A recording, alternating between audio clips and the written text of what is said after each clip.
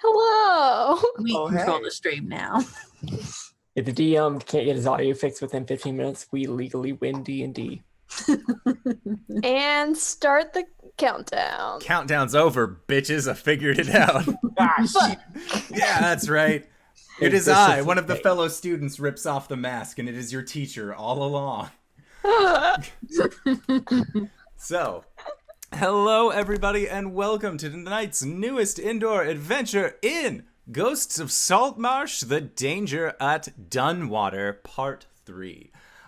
Today is July 11th, 2019, and you are loved. That goes out to anybody who is currently listening, watching, or not listening or watching yet. And just remember, you're loved, especially if you come by here, because it's a super cool place to be.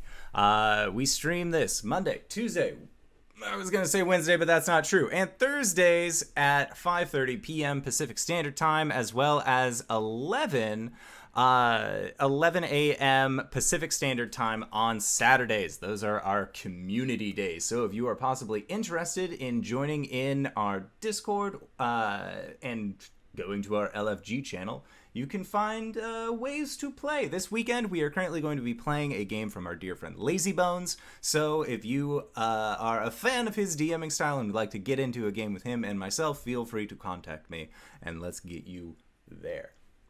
Other than that, we are still going to be holding our charity event on July 27th, 2019, later this month, where we are going to be helping raise money for the Trevor Project, for Take This, as well as the Tiny Changes organization. I'm still trying to figure out the best way to integrate Tiny Changes into it, but I really do want to help raise money for them. So for every new follower that we get from now until the end of the 27th, I will be putting in some money to help raise money for that, because they accept direct donations. So look forward to doing that.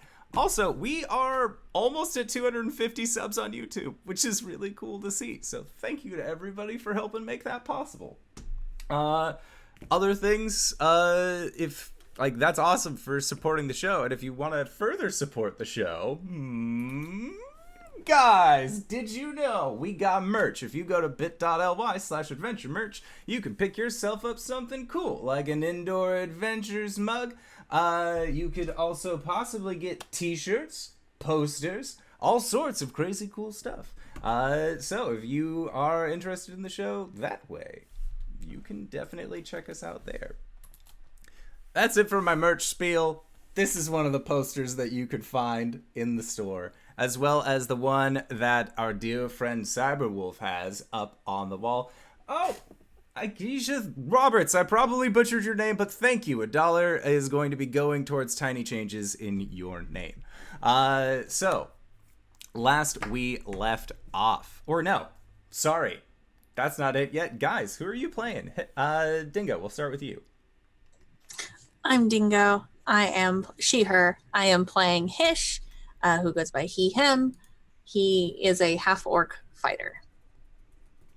Excellent. Kiana, who you playing? Muted. Hi, I'm Keanu. I go by he, him, and I'm playing Ulman/him, who go by he, him, or they, them. Alrighty. I am Albus. I'm Cyber, and I play Albus. Both of us go by he, him. Albus is a Kalashtar bard / sorcerer. Avalon? It's all good. It's good. All right. And Kylan, who are you playing? Hello, everyone. My name is KyleWithAnN. I play Jilfa'en, who is regrettably a cleric of Umberly, also a half-elf. We both use she, her. Excellent. And I am the indoor adventurer, he, him, and I shall be your dungeon master for this evening. So it's been a little bit since we last played. We usually do a recap anyways, so let's get into it. Last time we met, you guys had gone off on a quest that had been given to you by Acquisitions Incorporated to retrieve specific objects of theirs. As they described it, they were the field equipment used by Ak Inc. operatives. And upon retrieving it, one of the members of this band of misfits, their obviator, informed the rest of the party that Albus was an aboleth, having used their abilities to find out what kind of race Albus was before the fight began, only to realize that shit's horrifying. So you guys, Albus specifically dealt with this traitor of secrets, and you guys made your way back to the temporary Ak Inc. headquarters in Saltmarsh, where you were given your reward of 275 gold pieces, which was pretty nice, as well as given the paperwork to become members of Acquisitions Incorporated in good standing, as well as sign on for any particular jobs that you had wanted. Jill jumped at the chance to become a registered documancer. Albus wanted the secrets of the world trapped inside of a small tiny jar at his waist, so he became a loremonger. Hish decided to wait a little bit about this whole Ak Inc. thing. Something is just not really sitting well with him. And Ulman, you decided to become an occultant. You all then went down to the beachhead. Albus explained the situation with him being an aboleth, and Hish, rightfully so, noped the fuck out. And you guys all kind of sat on it for a little bit, still agreeing to work together in some capacity, but at the same time, there is definitely an air of mistrust amongst the four of you. Albus, you then went to explain to your wizard companion that you couldn't do Galaxy Brain on him anymore because, well, it was time to move on. Ak Inc. had more knowledge than this guy could provide, and he, in a frantic attempt to get you to stay, tapped on your hand, where he began to turn into a almost chapstick-like gel-skinned individual and rushed toward a cliff face after you had explained to him, by the way, this is an aboleth disease. Gotcha? Like, it was a really poor version of punked, as this wizard then proceeded to jump off the side of this cliff.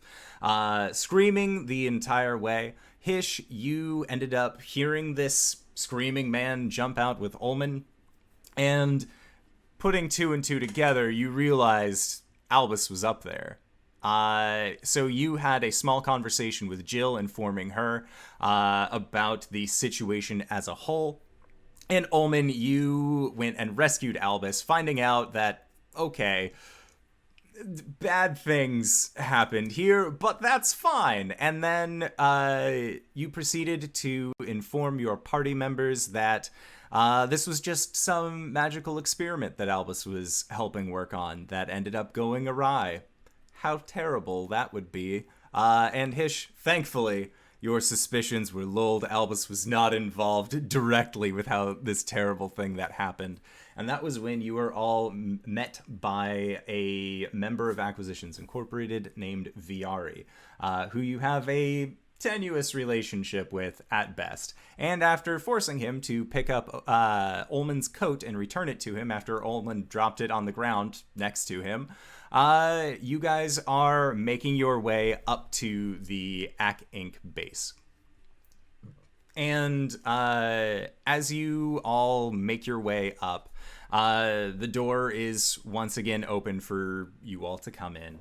And Omen is standing, his back turned to you. He seems to have acquired a map of the local region, and he is currently putting plot points on it. And you can see on this that on this map, he also has plot points for the different Acquisitions Incorporated branches. There is one that is in Neverwinter. There is one that is in Waterdeep. Now there is you halfway between both of those places, and you can see that there is also a Red Larch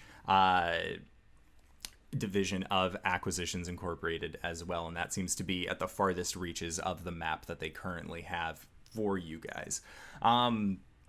And as you all enter, Viari kind of steps away and allows Omen to speak. And Omen says to the four of you, I hope you've all rested well. Hish, the offer's still on the table if you would like to have any of our fine jobs available at your disposal. But I would like to say we have our first mission for all of you, and it comes from the local governing body. They see this as an opportunity. We see it as an opportunity in equal growth kind of potential. Apparently, you all know something about this. There seems to be a group of Lizardfolk to the south that are buying weapons of sorts. They said that on the ship you all captured, that is now, well, your ship, Lizardmen were buying weapons. Am I correct in assuming this? Yes, the smuggling ship that we have repoed basically did have some shipments of weapons bearing lizardmen, I don't know, regalia, symbols, whatever. Plus we Oceanus are, well, you know Oceanus.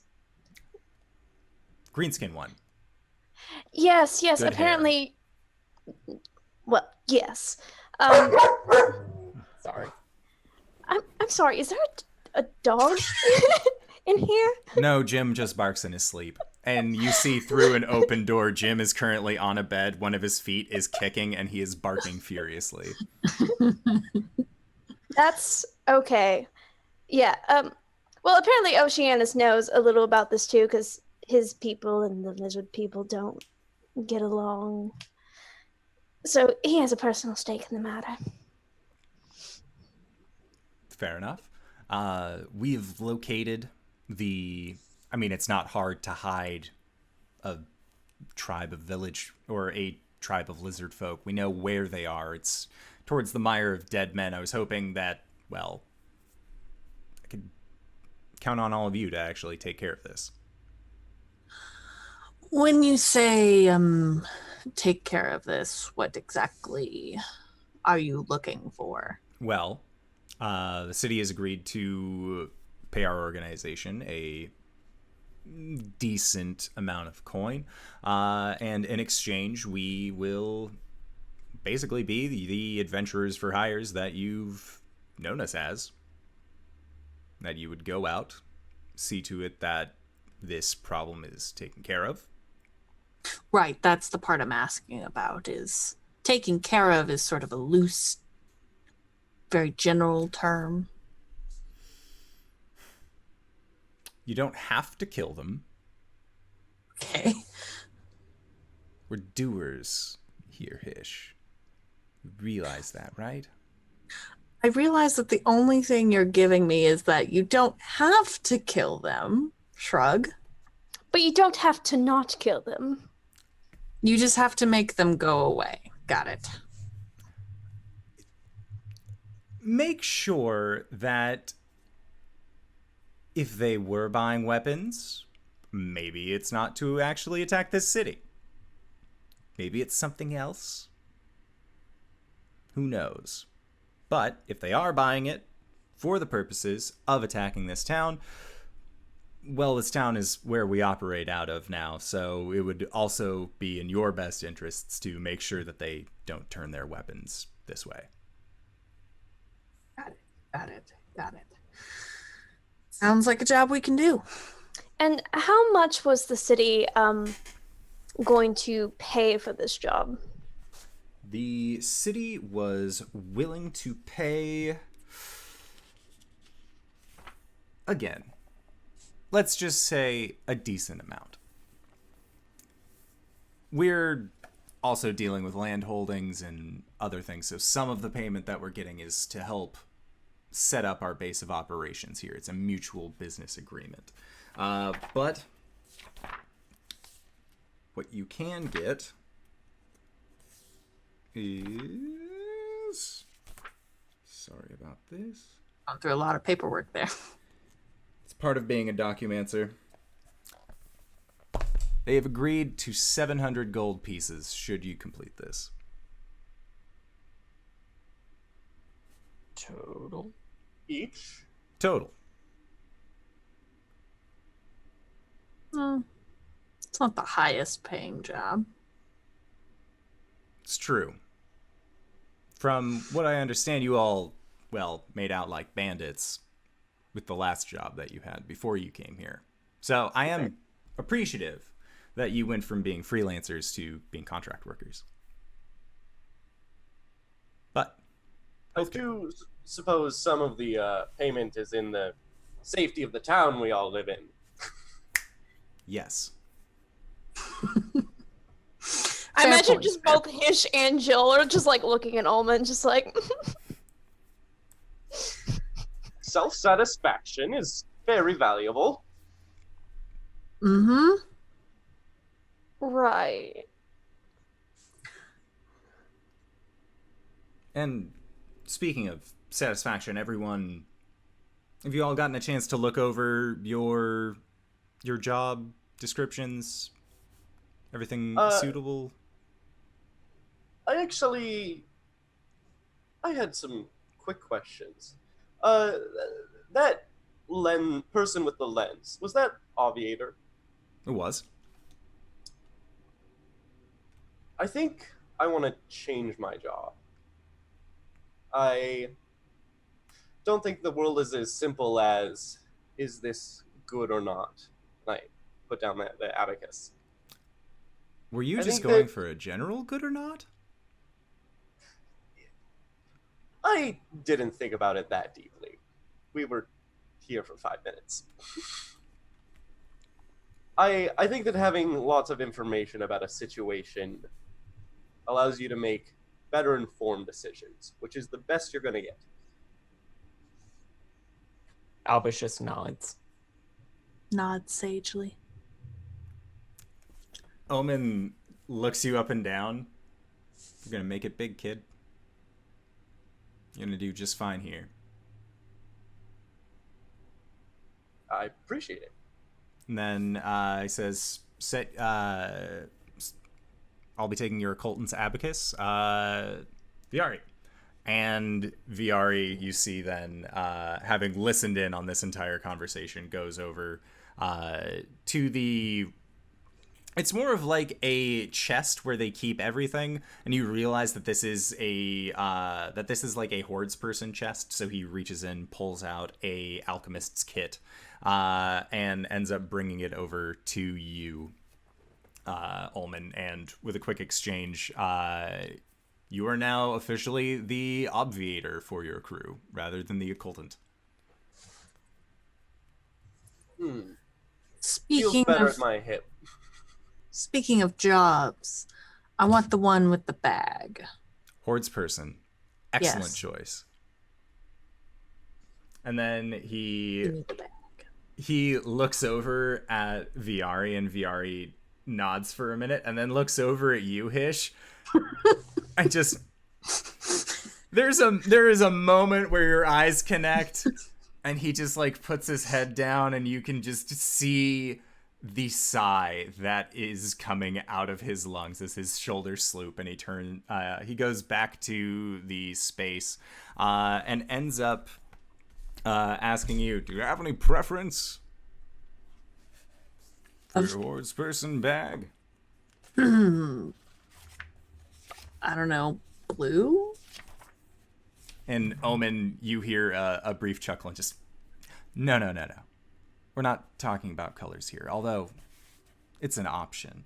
So, your living satchel, as a fighter, is a thick, black, scarred iron box, but I like a lot of the other options that they have in here as well. So, which of these sounds interesting for Hish? There is a broad belt with a dozen hanging pockets.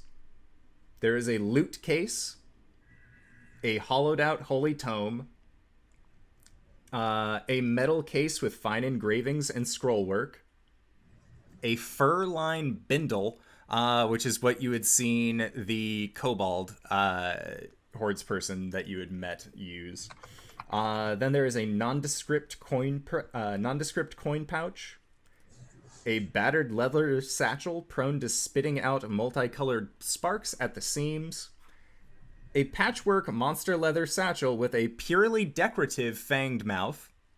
Purely decorative is in quotes.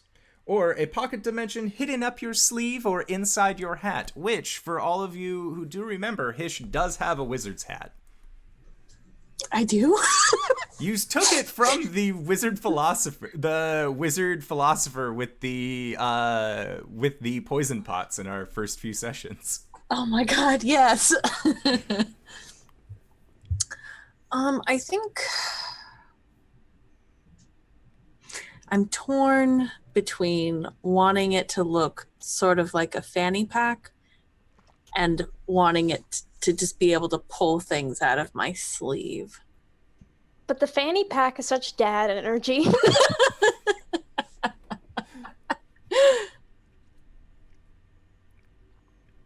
Fanny packs are fashionable. This is true. Could I change it if I come back and I decide that perhaps the one I chose is not? Of course. Perfect. Okay, then I'd like one that looks as much like a fanny pack as possible. Those are really in right now. And he says a novel choice and just agrees. And Viari roots around for a little bit and pulls out a very fashionable blue fanny pack for you. Yeah, I think Hish is just beaming at Viari and like holds out his hand. He definitely hands it over just very quickly. Thank you. Omen like puts his hand over his heart, and you swear you see his chest like beat exaggeratively a couple of times. Be still, my beating heart. What fashion? Oh, speaking of which, do you have a donation bin? I want to get rid of this coat. I don't want to be caught dead in the same thing Viari's wearing. I drop it on the table. And Omen, you hear Omen just... He smirks. Jim laughs in his sleep. On, like, perfect timing, but probably at his own joke. And you just look as Viari just... Oh... Boss, I hate it here. And Omen just... It's okay. As soon as the headquarters is built here, we'll head out, and then we can go back to Waterdeep. Just can we go to Neverwinter? I don't. It just doesn't really seem that interested. I mean, you can go to Neverwinter. We don't all have to go together. And they have a few more notes of this banter, and then so Hordes person. Obviator, Loremonger, Documancer. Perfect. I'll start assigning the other hirees with the remaining jobs, so don't even worry about it. But the mission as a whole. We have located the entrance, or at least the soft landing, to the Lizardfolk area, so it helps that you have a ship. You don't possibly have to go out and try and find anything else to take you there. You could, of course, try and get yourself a cart or something else, but I feel like you'll have a easier time with it. We've identified 3 separate landing areas on the beachhead as well, and it is completely up to you which one that you will end up taking upon your arrival. I trust all of you will make excellent decisions. Alright, but how cool would it be if you airdropped us in with your ship? How would you get back? Walk? I don't know. You realize the Mire of Dead Men is full of zombies, right? No, I had no clue, honestly. I was just thinking about how cool it would be to jump out of an airship. It would be very cool. And if we could somehow arrange that for a future mission, We can push you out of Like your a ship. request form we have to fill out. And he says there is a non-liability agreement. If the magic fails while you are falling after you have been pushed out of the Acquisitions Incorporated airship, we are then not liable for any damages that would befall you or your person. Documancer, if you look inside your ledger, you will find a form for this. Yep, it's here. All right, we'll look over that later. It's form 37B. Is the non-liability. 37, that's it? Yep. It only takes 37 My goodness. to get to the airship drop. All right. All right. 3 drop points. Make sure the Lizardfolk aren't going to destroy our town. Anything else? That's it from us. All right. I figure, we can set out first thing tomorrow morning, so that way we can get all of our hirelings in order. Let them know what's going on. Tomorrow morning sounds great. I'll prepare the ship. And Hish turns on his heel and, without waiting for the rest of you, just walks out of the Ack Inc. building.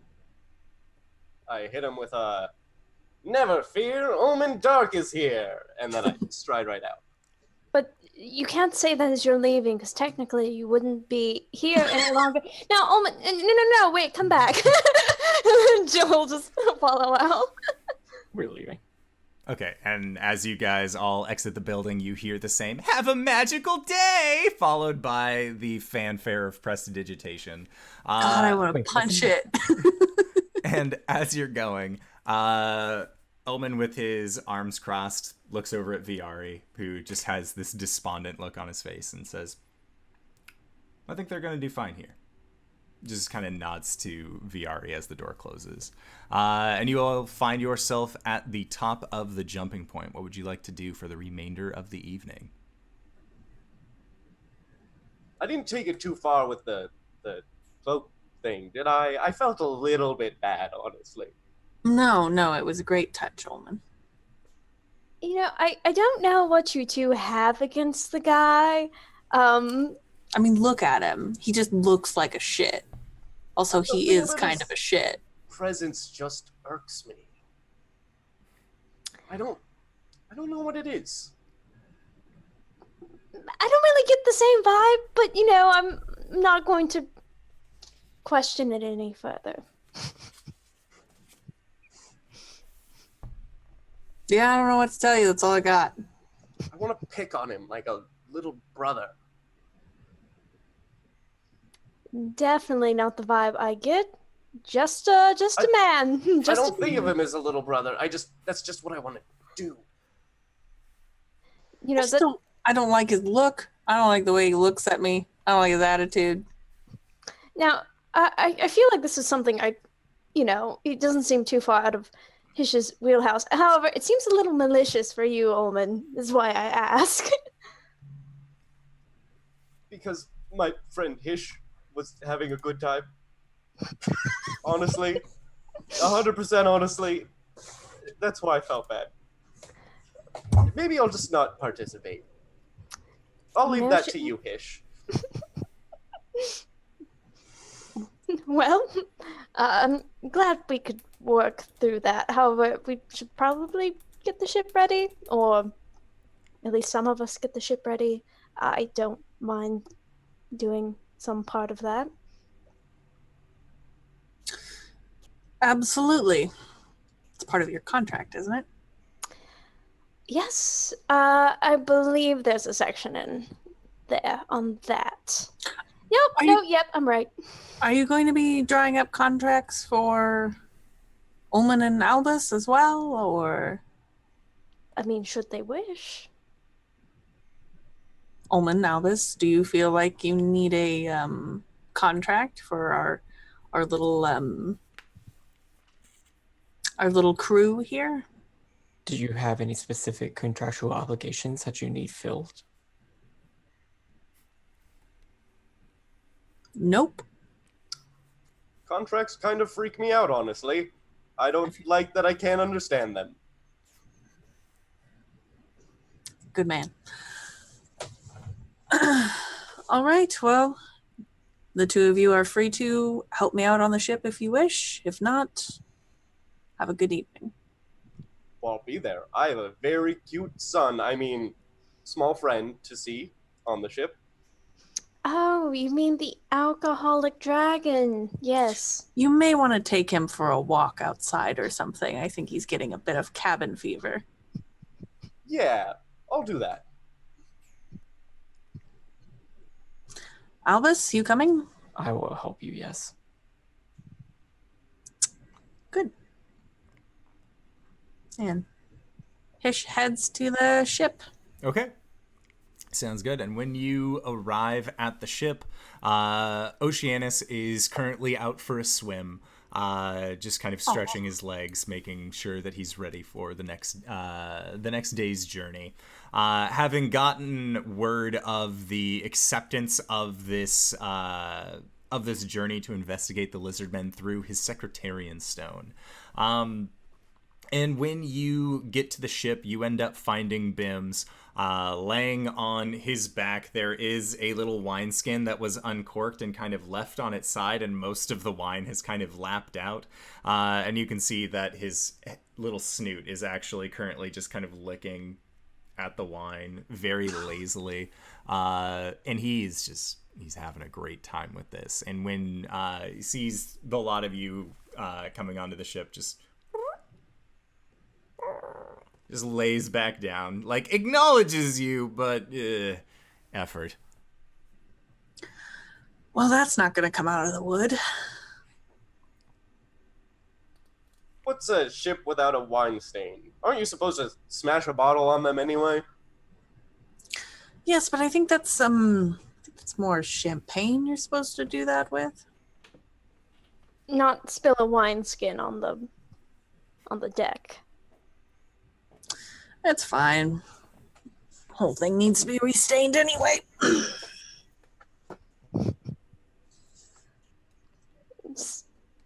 We're gonna have to, I don't know, maybe move him so we can like clean up around him. Yeah, I'll take care of it.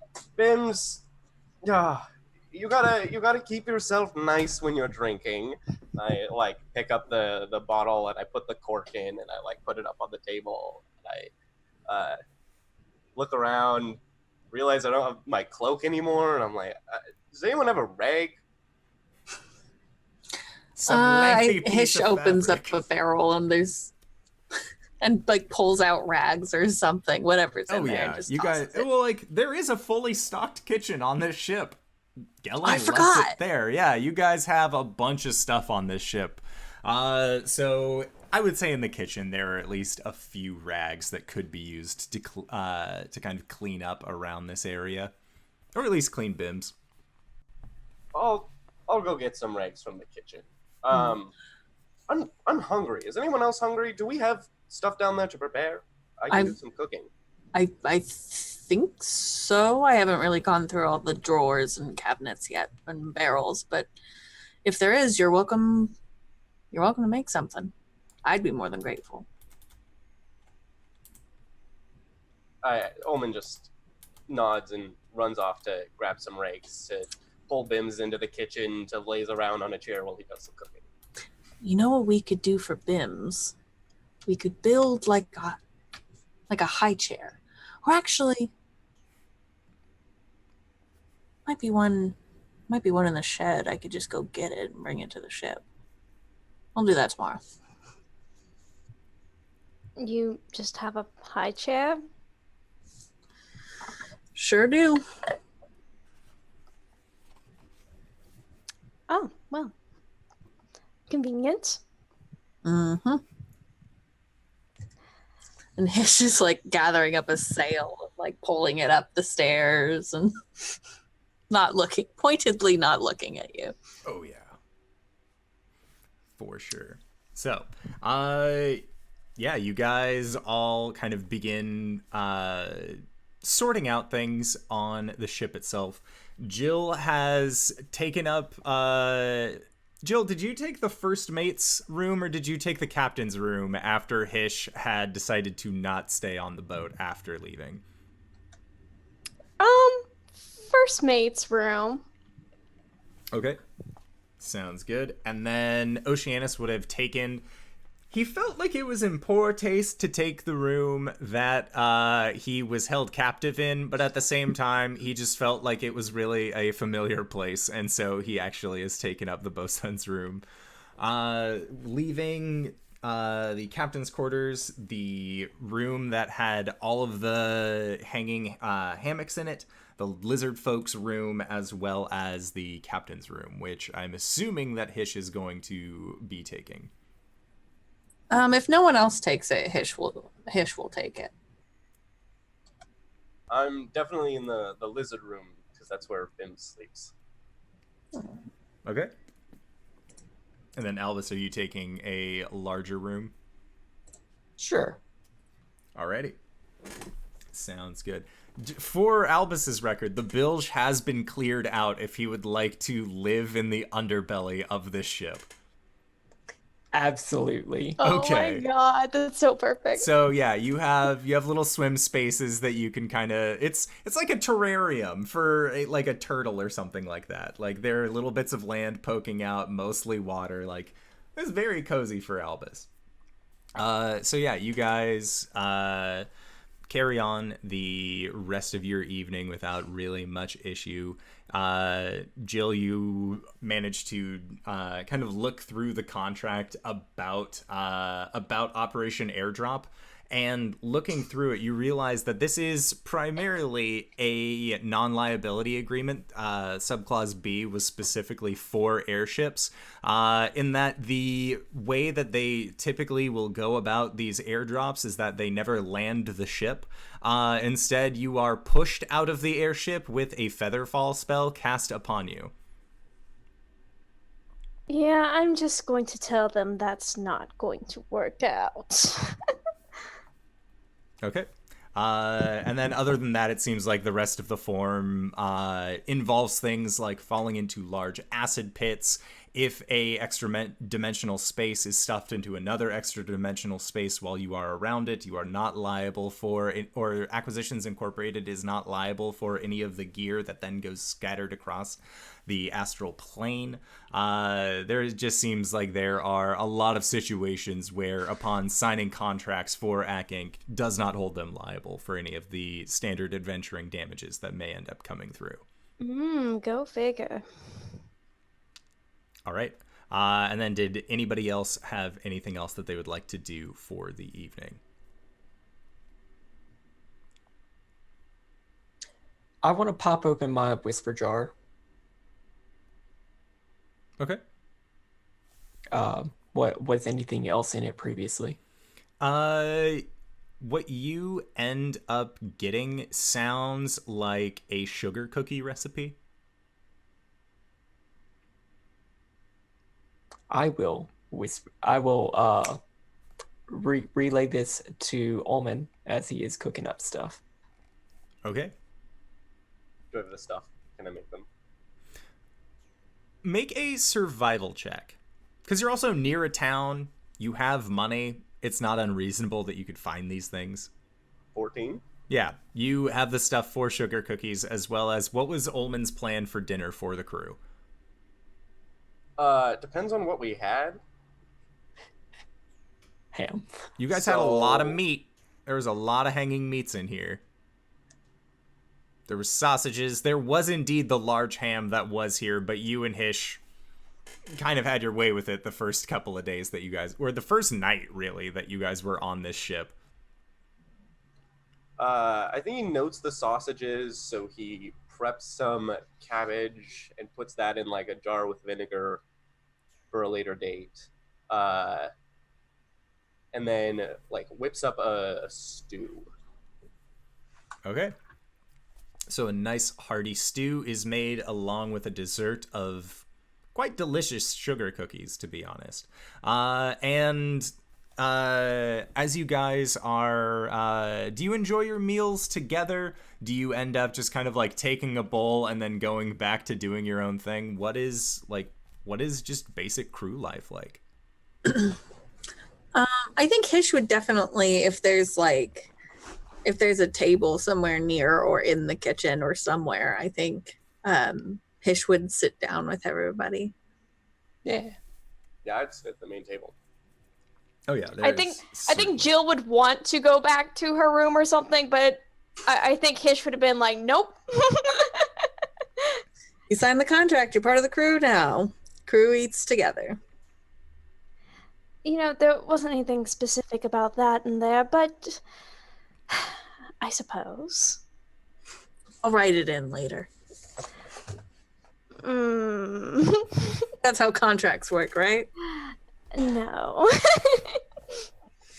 Well, Omen, all of this looks fantastic. Thank you. No problem. It's nice to cook again. It's been a while since I've had access to a kitchen. And it certainly beats really anything at the snapping line at this point. It doesn't smell like fish, and that basically makes it a 10 out of 10 meal. You would be correct. While we're all here,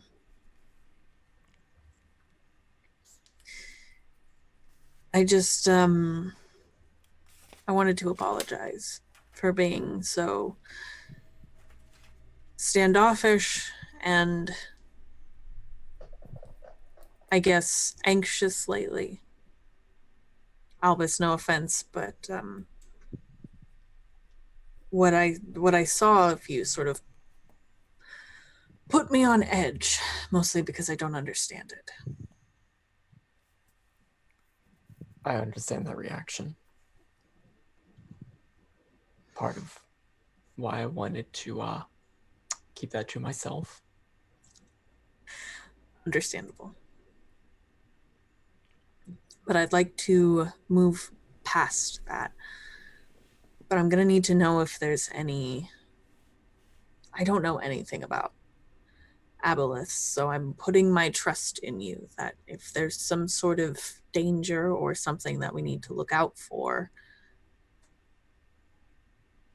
that you'll let us know ahead of time.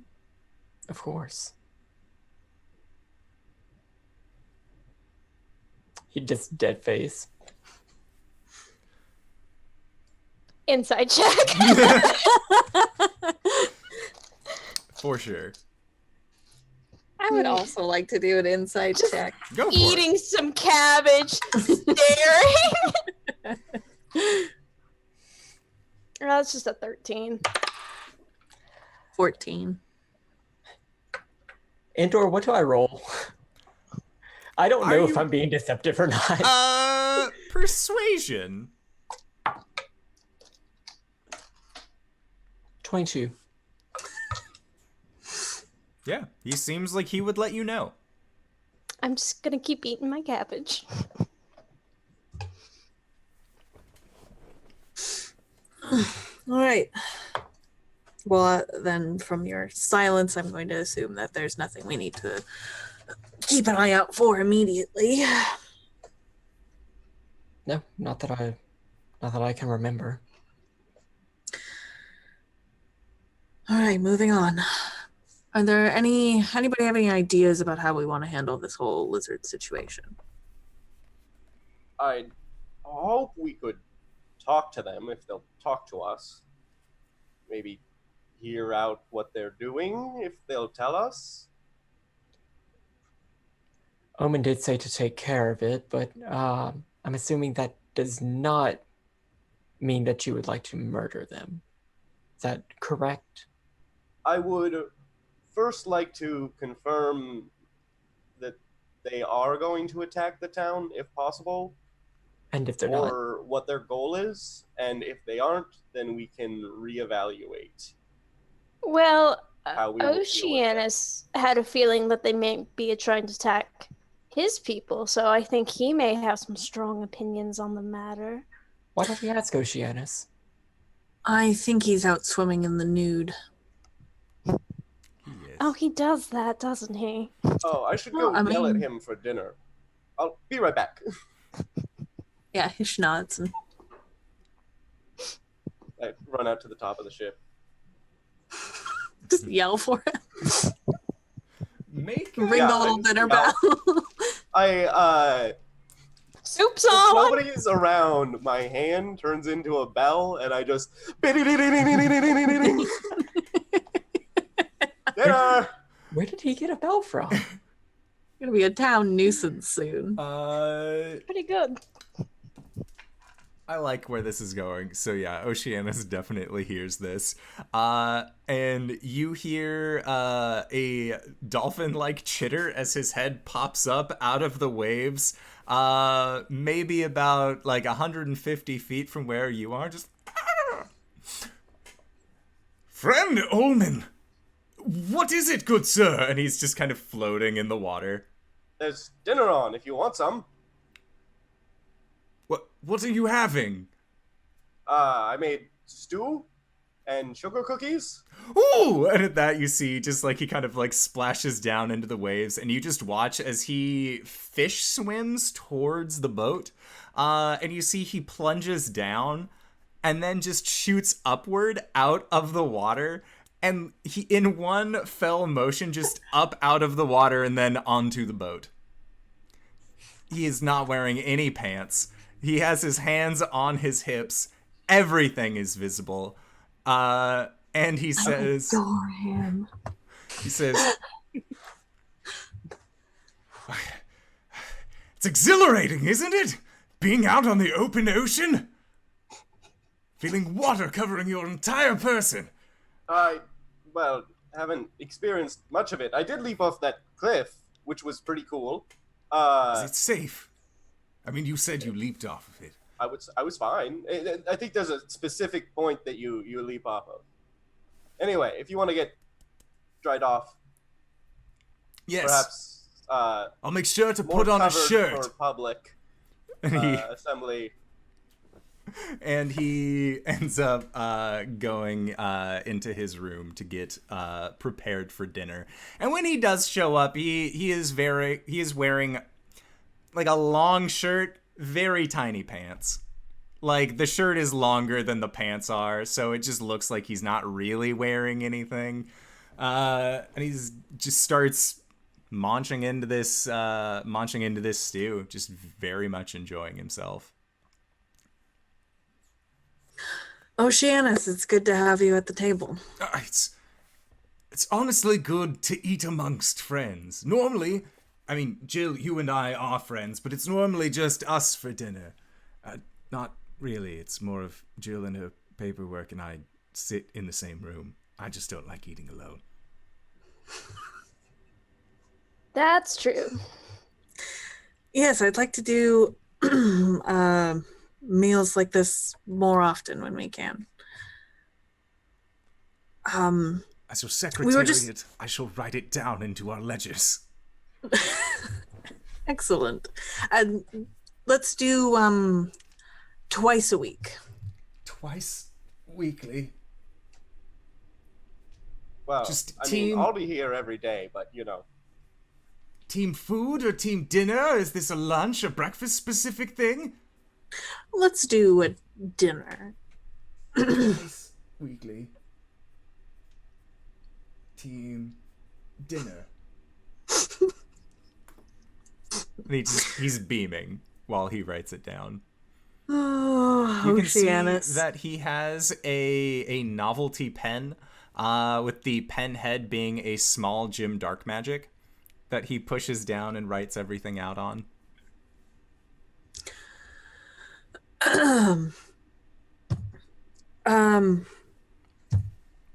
We were just discussing the Lizardfolk.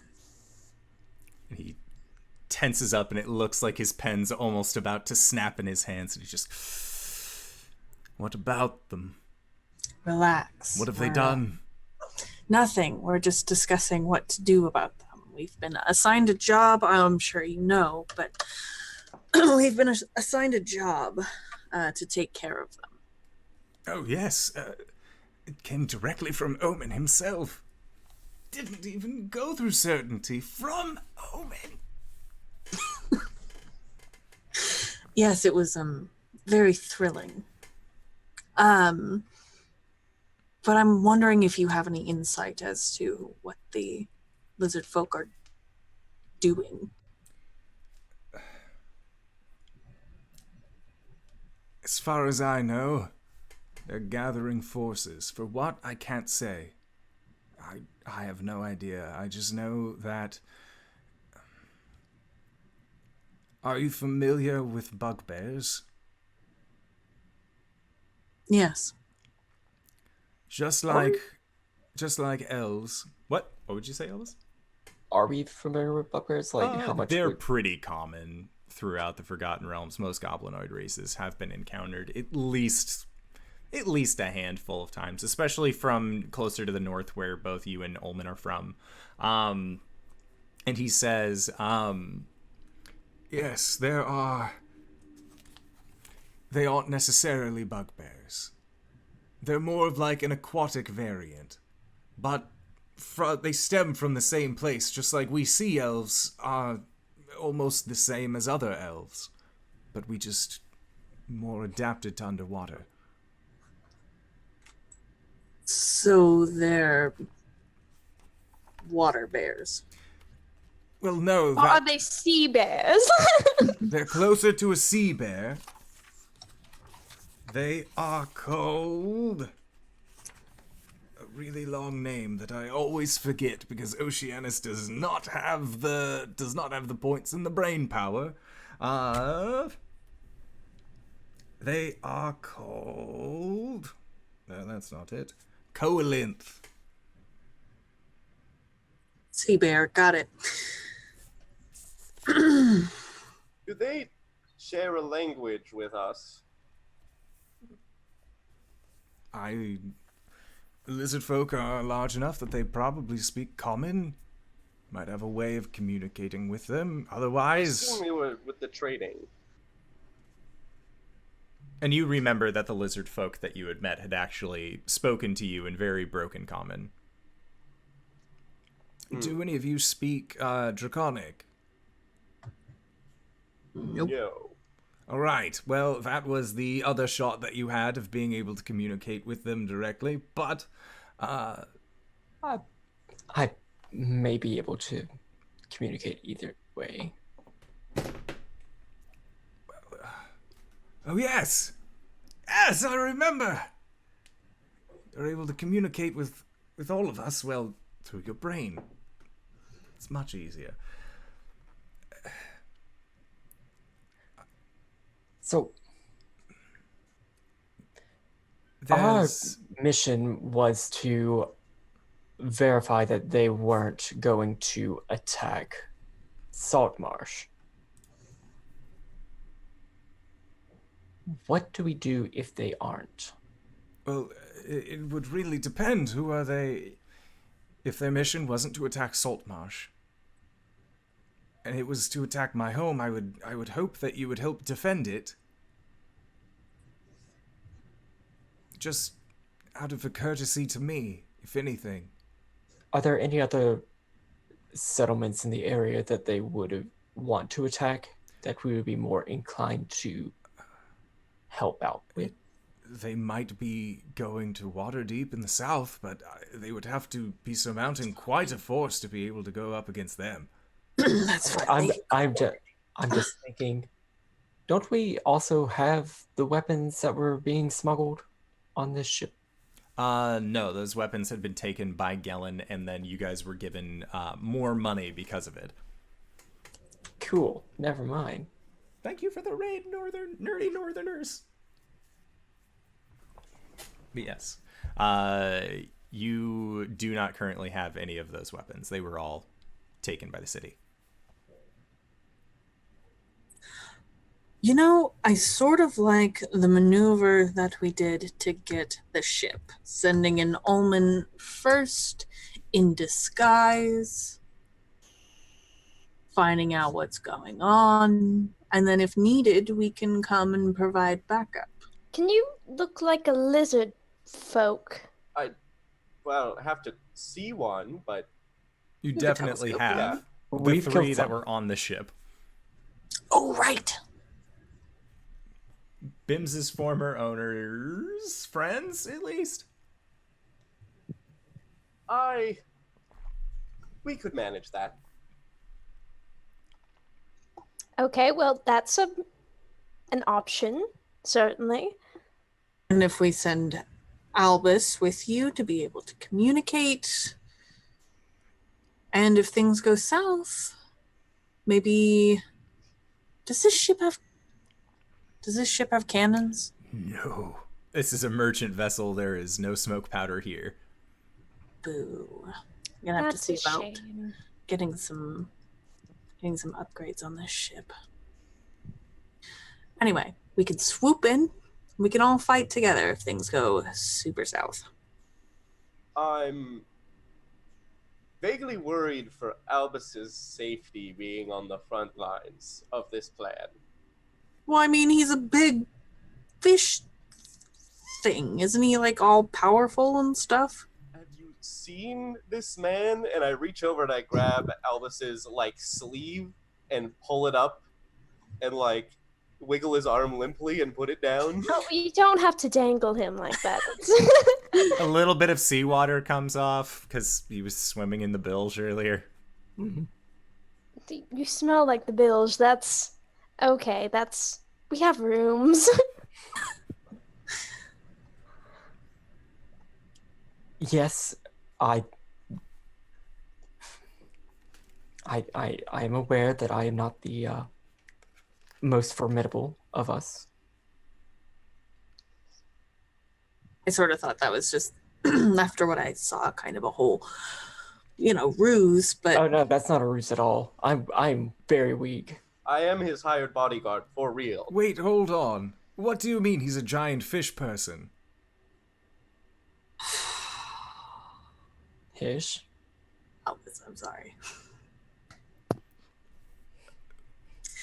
Are you something like are you what are you? Have you ever heard of It's in sort of comparison to a little fish person. May I be Like- excused from the table? Like a halfling-sized fish person, like wobble wobble wobble, versus a like full-sized fish person. Haven't you noticed he's vaguely damp all the time? Yeah. Yes, but I just assumed that was because we lived in a coastal town.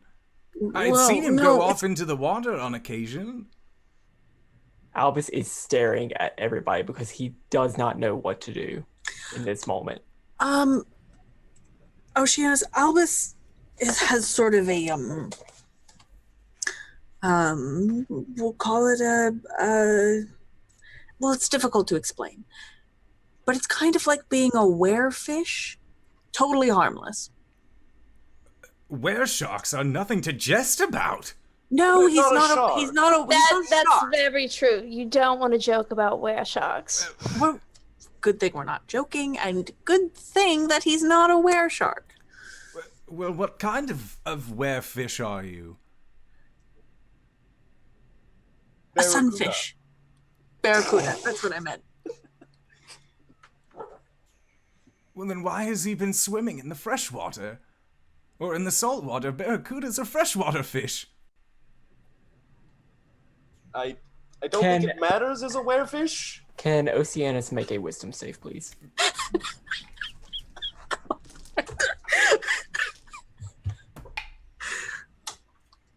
He got an 11. He Please needed don't a hurt him. 13 to not be charmed. By charm person, I'm not trying to kill our secretarian.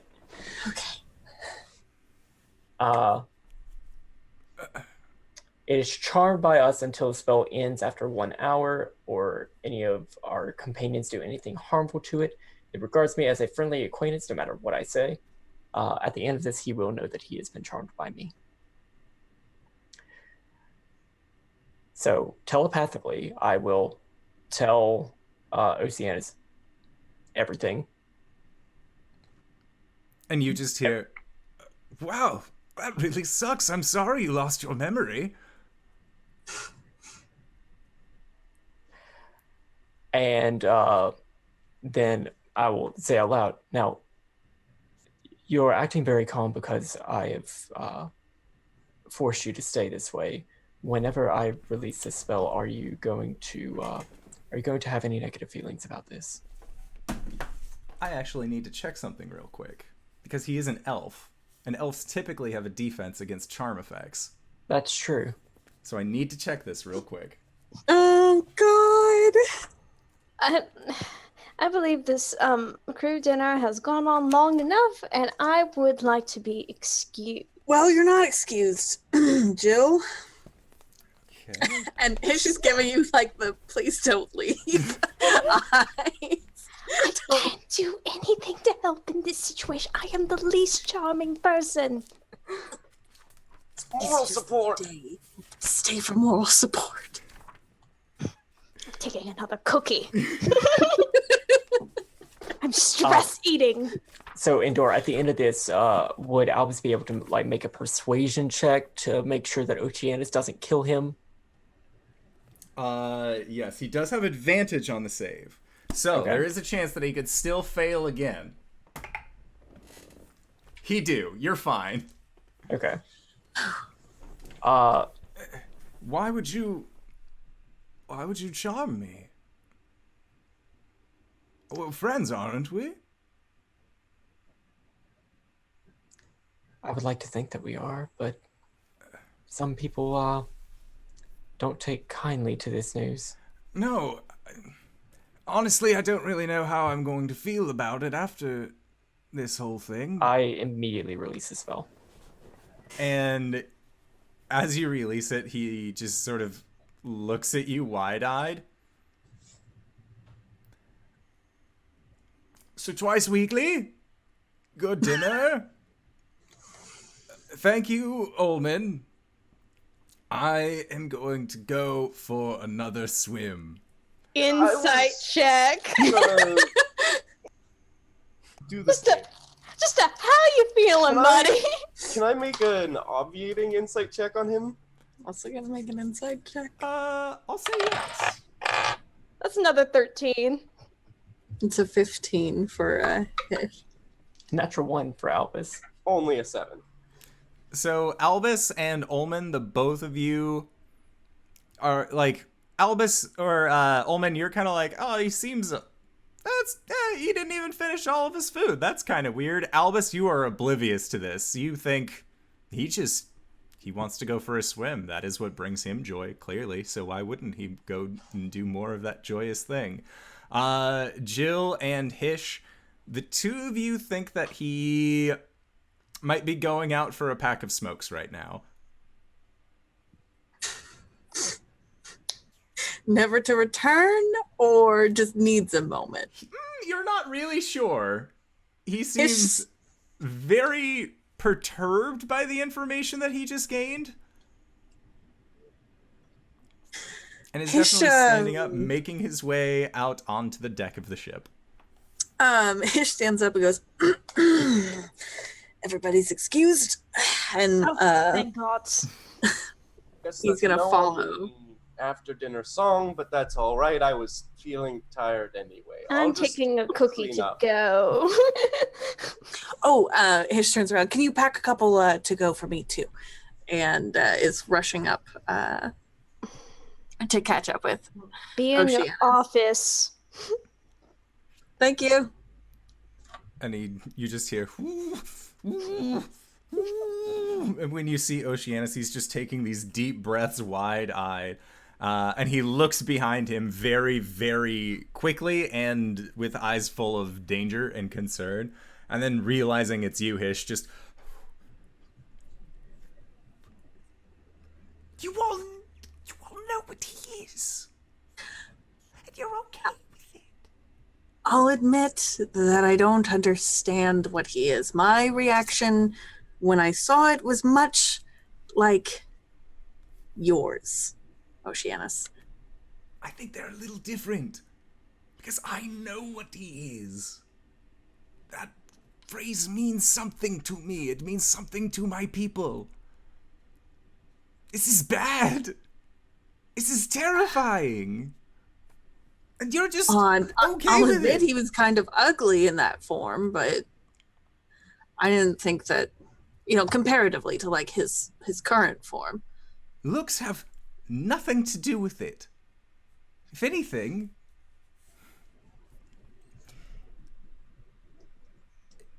can you come to my room? I don't want to be here out on the deck, really, in case. And he looks behind you at the room where Albus has not left yet. And you guys make your way to his room, and he says, has anyone that you've known since Albus has been here, has anyone had weird things happen to them? On the ship, no. No, it doesn't have to be on Omen the turns ship. into a goo man, but goo thing person. But at least he's been up front. Right. And slimes typically aren't incredibly dangerous things. If anything, Ulman is the most dangerous half of that pairing. Oh, you're not wrong. I think I need to sit down. I think I do as well. And he offers you one of the 2 chairs that is in the room. And he says,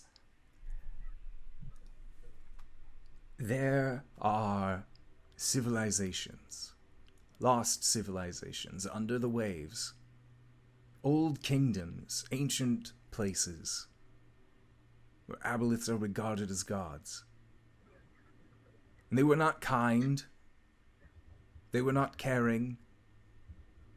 They created monsters like themselves to seek out their bidding.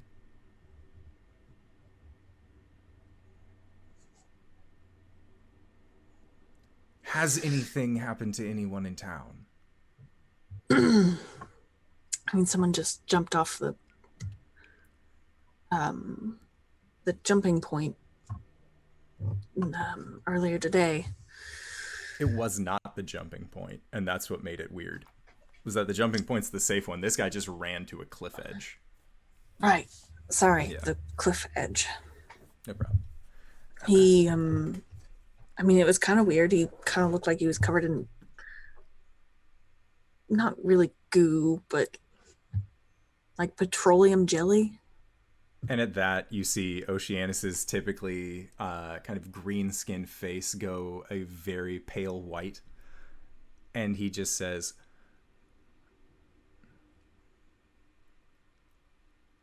your friend did this.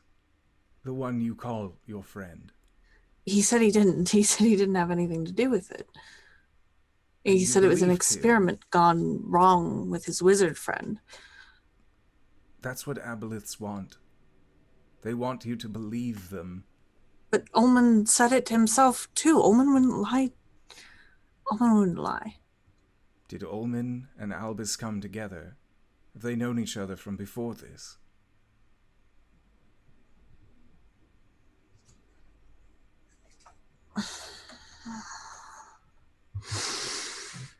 There is possibly a chance that your friend Omen might not have even known he was lying. Albus might be telling him a version of a truth. This is what the aboleth want. Albus doesn't seem dangerous, though. He seems, at least physically harmless. It's not their physical form that you should fear. It's their mind. An intellect that spans eons. Every one of them connected to each other, plotting, scheming, vying for the day where they can destroy the gods that banish them from this realm. Well, shit, Oceanus, what am I supposed to do? I don't know.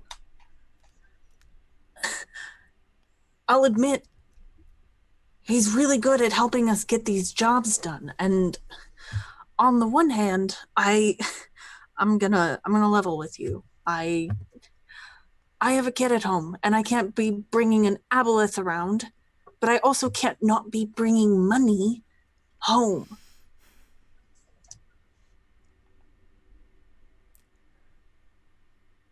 I have to tell my people. You can't. Not yet. I may owe you my life for saving me, but I owe them my honor for putting me in the position where I am. If I don't tell them about this, if I don't tell anyone about this, how am I supposed to sleep at night knowing that there's one of them right over there? Because I don't think he can do anything yet.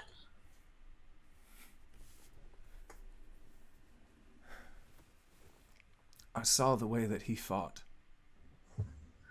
when we were on the ship.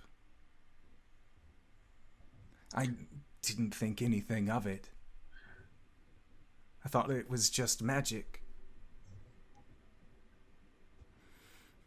You can't act hastily. Not I right have now. to tell head office. You just give me time. I promise I will not let anything happen to you. And I will not let him out of my sight. I trust you, Hish. But this is something that I don't know how. If he's on this boat, I will not be.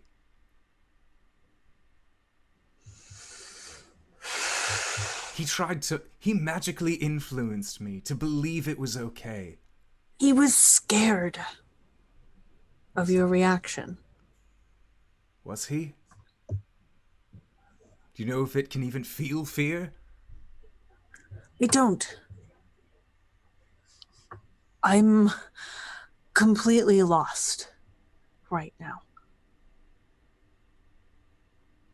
I'm to think of these people as friends, but apparently they are lying to me, and apparently Albus is more dangerous than I thought, and I just need time to figure out what to do about it. Please.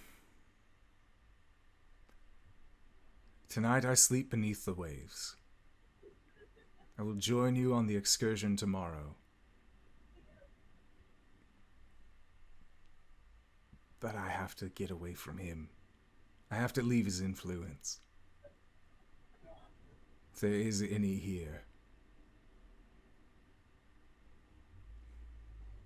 I'm sorry, Hish.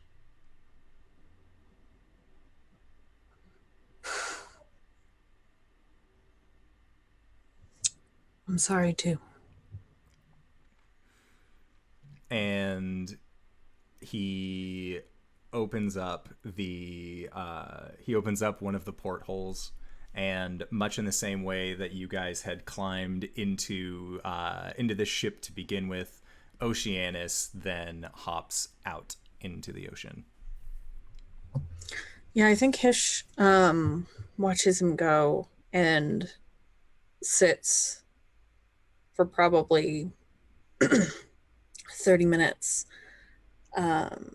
before he goes up to the captain's quarters and takes the wrapped up cookies that Jill left, or just the loose cookies. I'm not sure what she did with it. They're wrapped up, and there's a note that says, "You probably owe me for this, Jill." He folds that up and he tucks it into his cloak pocket, one of the many pockets. And he leaves the ship and he heads towards home. Okay. Sounds good. And then what are the three of you doing? The remaining three.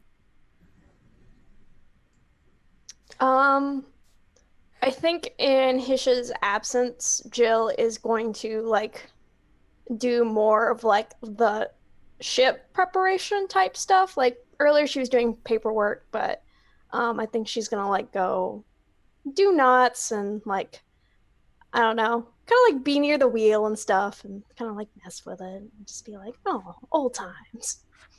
At some point, Albus is going to go up to Jill. So, I would like to pose because we do have a cutoff point for our friend Dingo. So, would you like to have this conversation when we return from break? Yes. All right. So, we are going to be going into our break to allow me to kind of change the layout and get everything prepared because sadly, Dingo does have evening shift tonight. So, we are going to do our best to bring honor to the Sun Guard name, and we are going to try and be back in 5 to 10 minutes. So don't go no place unless it's to grab a food, grab a drink, grab a friend, or possibly go to bit.ly/adventure merch, pick yourself up something nice. And with that, we will see you guys shortly. All right, everybody. Bye-bye! Hello, everybody, and welcome back. We are currently down a party member, but that won't stop us from having a party! And speaking of parties, Albus, you were on your way to go and speak with Jilfa'en. Is that correct? Hi, Joel. Albus? You spent a lot of time on boats, right? Quite a bit, yes. So,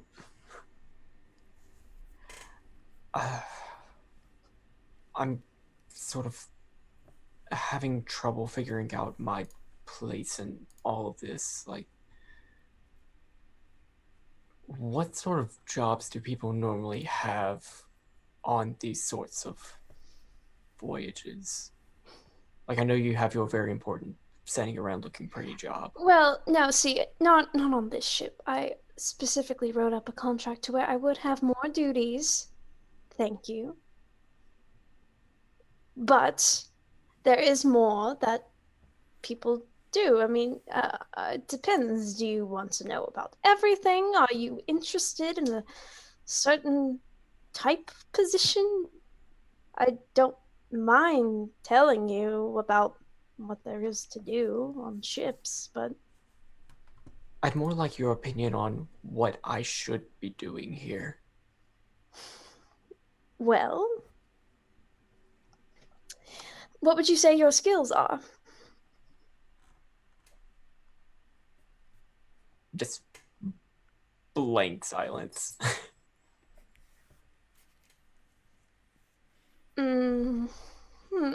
So a training position. Well, indoor, just Yes. from possible roles that one might have on a ship, are there any that I think could possibly be a good fit for Albus, or should I just like run through the list and be like, well, da da da da da da. Are migraines a skill? No. Surgeon goodness, or quartermaster might be good for him. Quartermaster is helping with the actual navigation of the ship itself, and he does seem to be akin with swimming around and doing nautical related things. So quartermaster could be a good one.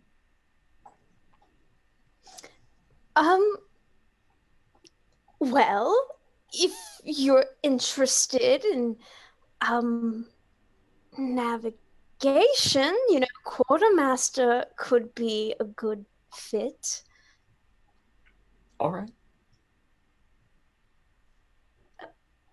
Is navigating, like steering in a direction? Well, yeah, helping plot the course, and doesn't really matter who steers it per se, so long as you know where you're going, and have to have certain knowledge of maps and weather conditions and how that might affect your potential routes. And well, goodness, I'm rambling. Quartermaster. All right. Is that something that you usually have a contract for? I mean, it's you could, yes. Would you draft one for me? Albus, you may not know this, but earlier, whenever Hish was bringing up the contract thing, he was trying to prove some point to me. What point would that be? That we're not workers, but we're compatriots. We don't need contracts to bind us together or whatever.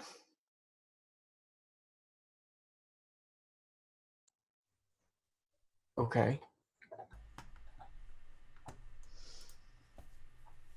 But if you're like myself and you like having those things clearly defined, contracts aren't a bad way to go.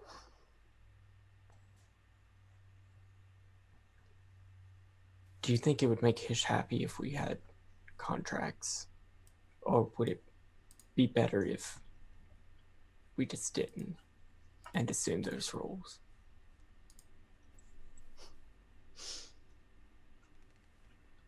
Honestly, I can't say for certain. My inclination would be no, he doesn't want you to have a contract, but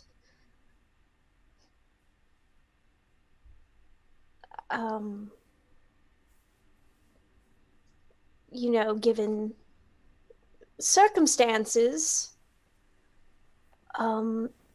it might not be a bad idea. In the circumstances? Well,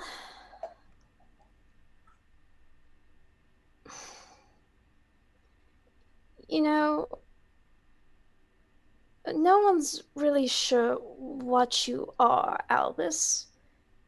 I personally don't have a problem with it. You haven't done anything to slight me yet. Of course, if you do, there will be consequences, but, others are not certain, what you're capable of and what you might do. And I don't know, maybe having something defining what you will do and what you won't do could be comforting.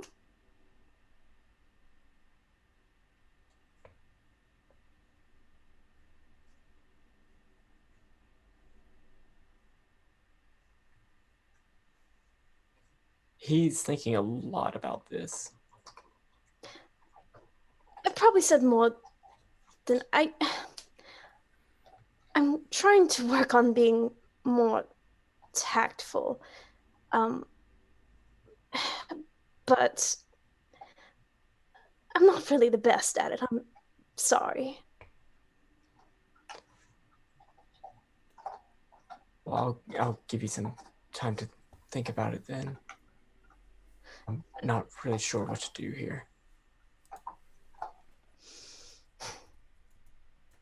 Listen, I'm perfectly happy and comfortable with charting up some sort of contract for you, but ultimately it's your choice.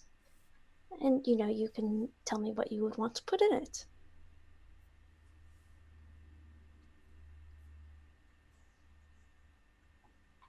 I don't even know where to start.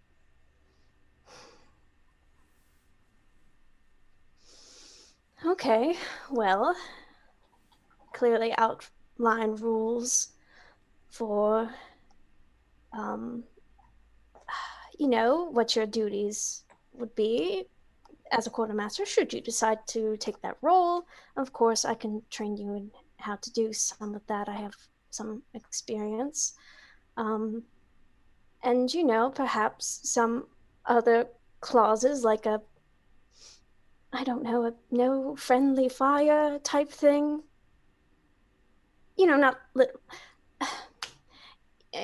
that you will be loyal and you won't cause any harm to anyone in the party, or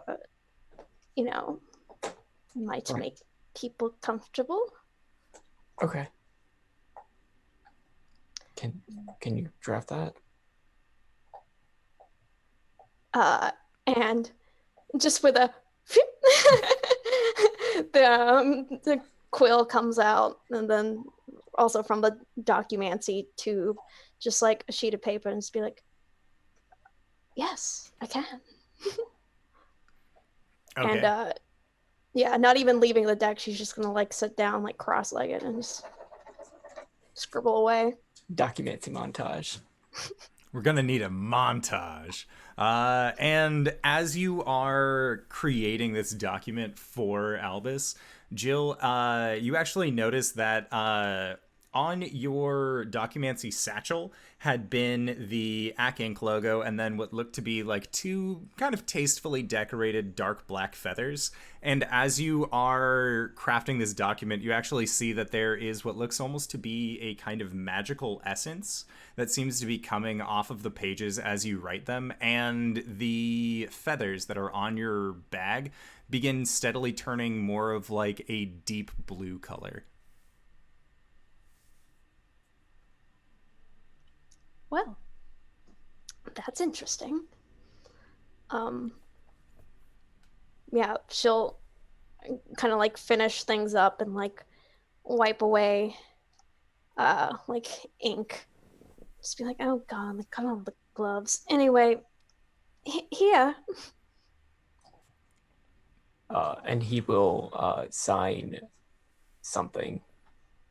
Oh well, you probably should let Hish read this first, but you know, I think signing shows you being proactive, which is good,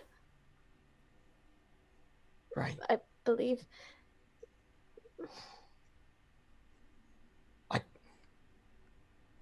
I hope that I'm not making any of you feel uncomfortable, but I understand.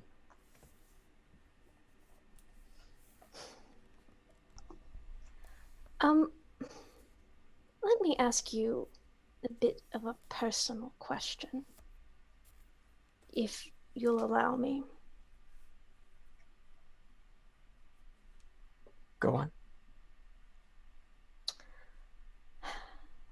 Abilis, how do they feel about the, well, the divine, the gods?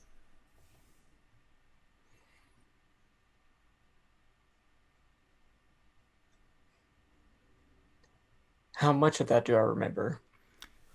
When she asks your opinion on the gods, you feel that there is just like this hot surge that leads from the base of your spine and creeps up the back of your neck, and you can't help but feel your entire body kind of tense. Not great.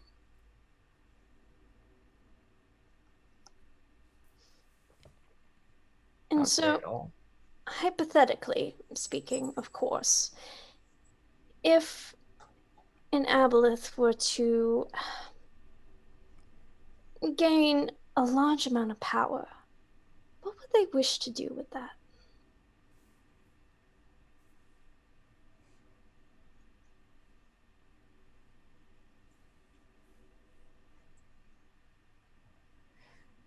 How much of that do I remember?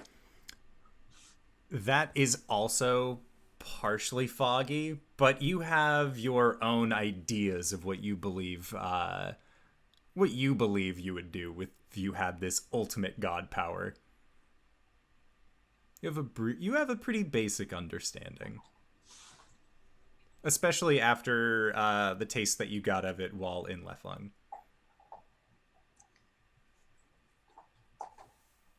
What most Abelis would do with that amount of power? Seek revenge Against? against the gods. Any in particular?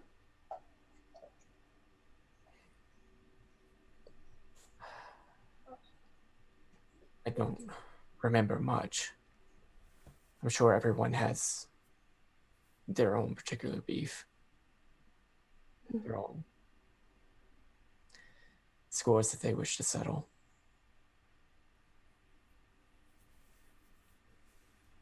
And what would you do? Prove them wrong. Who? The gods. I think you see Jill kind of smile a little bit, like she's trying to hide it. But she's just like, okay.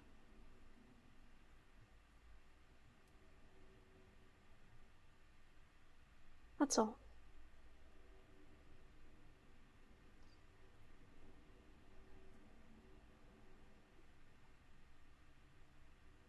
Where does your power come from?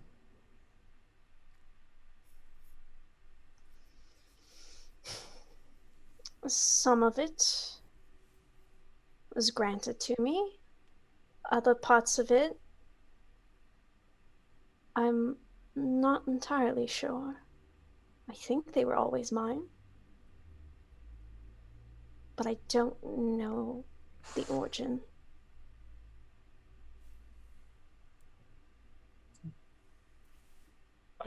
Do you have gaps in your memory as well? No, it's... Well, these gloves are dirty anyway. I might as well show you. And she'll take off one of them, and you'll see the back of her left hand is clear, but on the right hand there is like a kind of blue, kind of glowing kind of symbol on her hand, and the skin around it is kind of like reddish purple, almost like it's a little bit painful. As soon as Jill takes her gloves off, Albus's hands tense, and he slides them into his coat pockets. That's why I keep on the gloves most of the time. Sorry. Does Albus know what this is? Make a religion check. 9. It seems religious. She's a cleric, maybe. And, like, you haven't really ever seen her whip out a holy symbol before. There might be some correlation to that. And you've always had this? Well, yes, but it got more pronounced after a certain point, and I find even now that it's grown stronger still, where once I was just able to do this, and she'll cast a little gust cantrip. Now I can create something a little bit larger, and that's very new. I just tried that for the first time whenever we took on those rogue Ac Inc. members. So, don't really know what it means. But don't know if it's some blessing, some curse. I don't know if Umberly gave this to me or why she was interested in me, but there's your answer, I guess. Would you like me to try to find out more?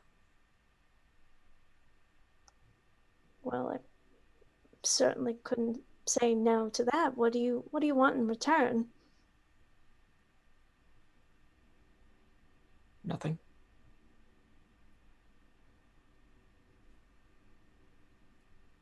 Well, I did write up the contract for you, so I guess you know it's fair. Right. Okay. Thank you for talking. It's no problem. Good night. And he'll walk away. Oh, don't forget this. Here you go. Right, and he will very gingerly just like reach out for the edge of the paper. Look, it's not going to hurt you, okay? I know. I believe you.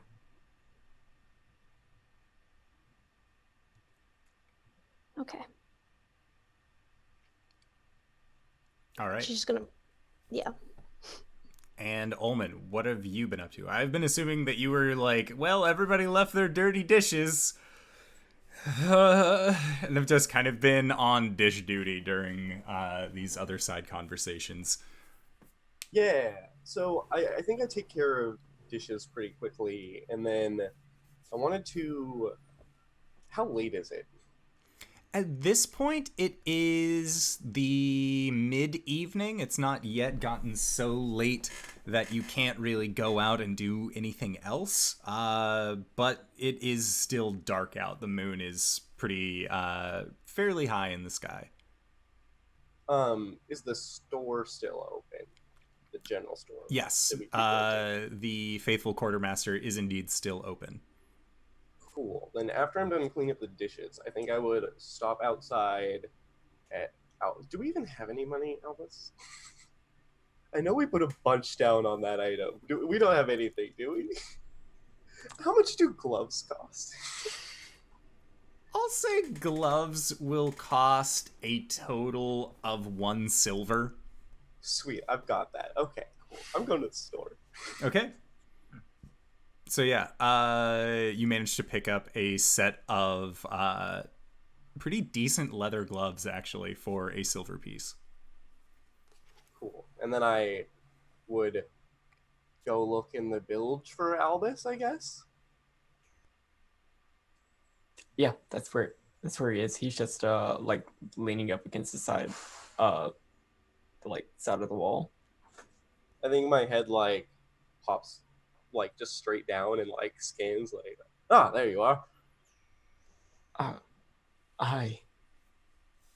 What's Sorry about the botched cover story.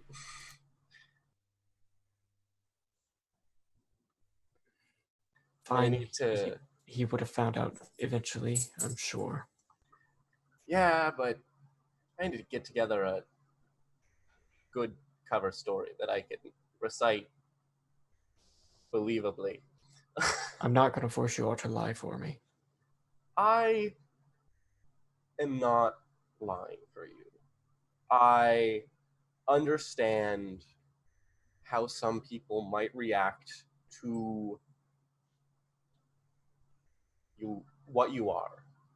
And I think that if they can be demonstrated the good in you that I think I see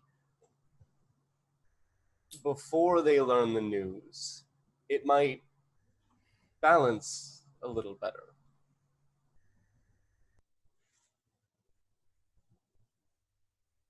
I'm not following. I don't think you're a bad person. If I need to buy some time so that others can see that, I'm willing to do so. Okay. Anyway, you mentioned that the thing happened when it touched your hand, so I got you these gloves.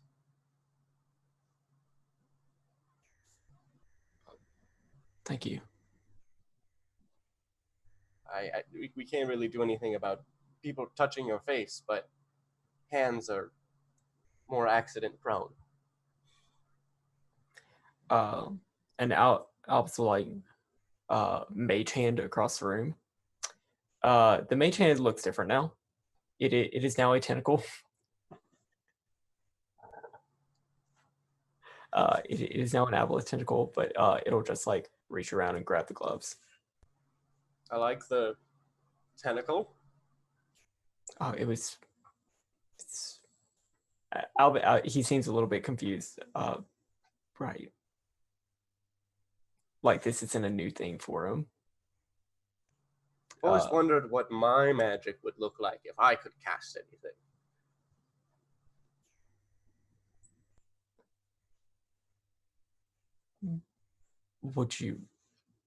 Do you think that you would like to learn?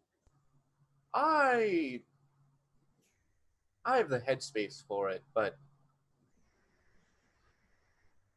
I'm a little soured on that area. I guess. I don't know. My skills lie elsewhere, I guess. I think I've taught people before. Maybe you could give me a basic intro lesson. I wouldn't mind. I'd certainly appreciate spending more time with you. He grins broadly. And he'll put the gloves on. Thank you. Yeah. See you bright and early in the morning tomorrow. We've got some lizard people to diplomatize with, I hope. Yeah, I'm really not sure what it is we're doing. Maybe there's like some sort of undead menace, because they mentioned zombies. Maybe there's a ghost and they're gearing up to fight the ghost menace. I'm gonna get Jilfa'en that ghost at some point. I don't know if we're ever gonna see a ghost, but I gotta try.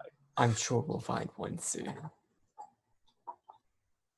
Well, have a good night. Good night. All right, and Ulman, you said that you were camping out in the lizard men's quarters? Yeah, I pick up Bims from the kitchen who fell asleep, I think, on a chair, and like take him into the room, and I like put him up in the rafters and lay down in one of the hammocks. Okay.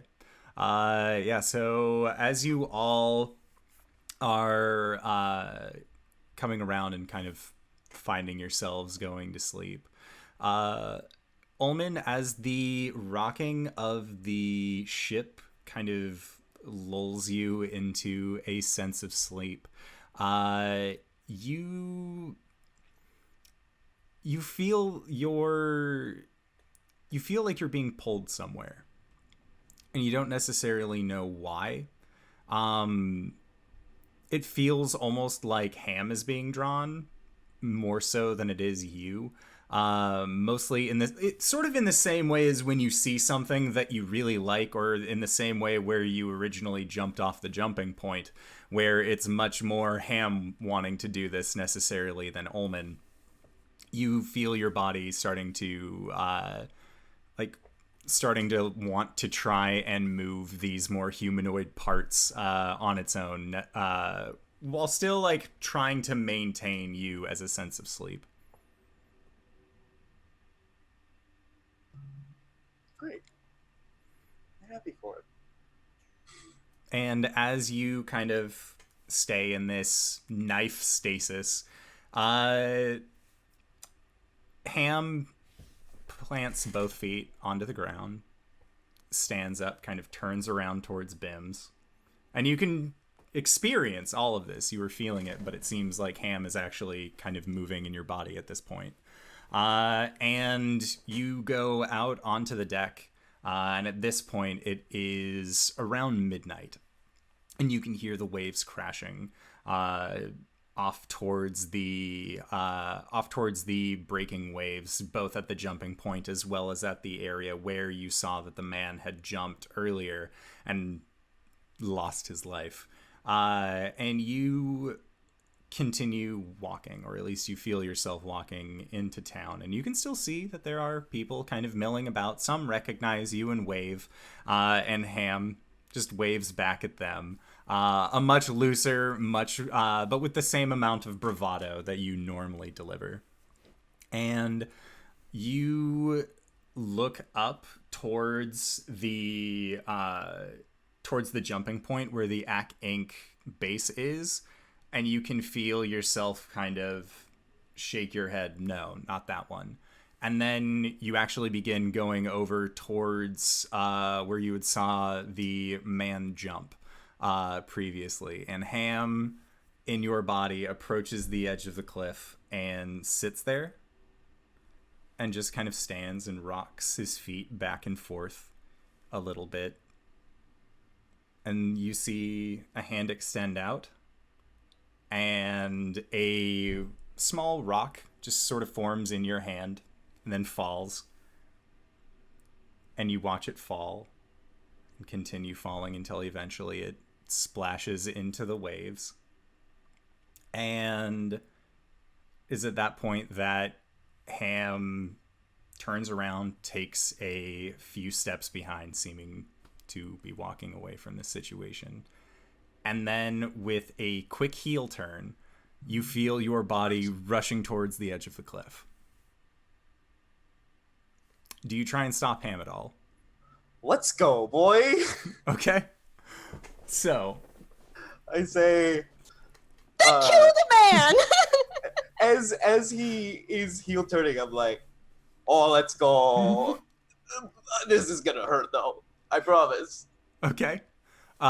So Ham, just full on knife hands running, makes his way over to the ledge and make an acrobatics check. 24. Okay. Much farther than the individual who had crashed along the rocks below had taken. You end up jumping off this ledge in the middle of the night, and in your night dive heading towards the water. You rolled well, so you're only going to be taking half damage, which is solid. So you'll be taking a total of 15. It was going to be 30, but luckily you saved out. So good. I would have still been conscious by 1. Okay. Either. All right. So, as your body splashes into the waves, you feel okay. We did it, boys. We managed to swim farther out on this rocks. Now we can go home, right? As you continue to kind of spear through the water, you see that actually very close now to where you were, there is a large rock, and you come fully into this shape underwater, and your vision goes dark. And it's strange for you as a knife to then lose your vision from this sentient creature, but you feel that darkness kind of wrapping around you. I immediately poke at him. Ham? Are you alright? And there is no response from Ham.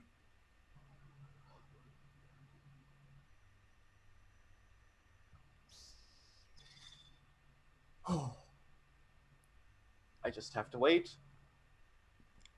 And you can feel, as your small form, the waves just carrying you. And you feel yourself fall all the way down to the bottom of the sea.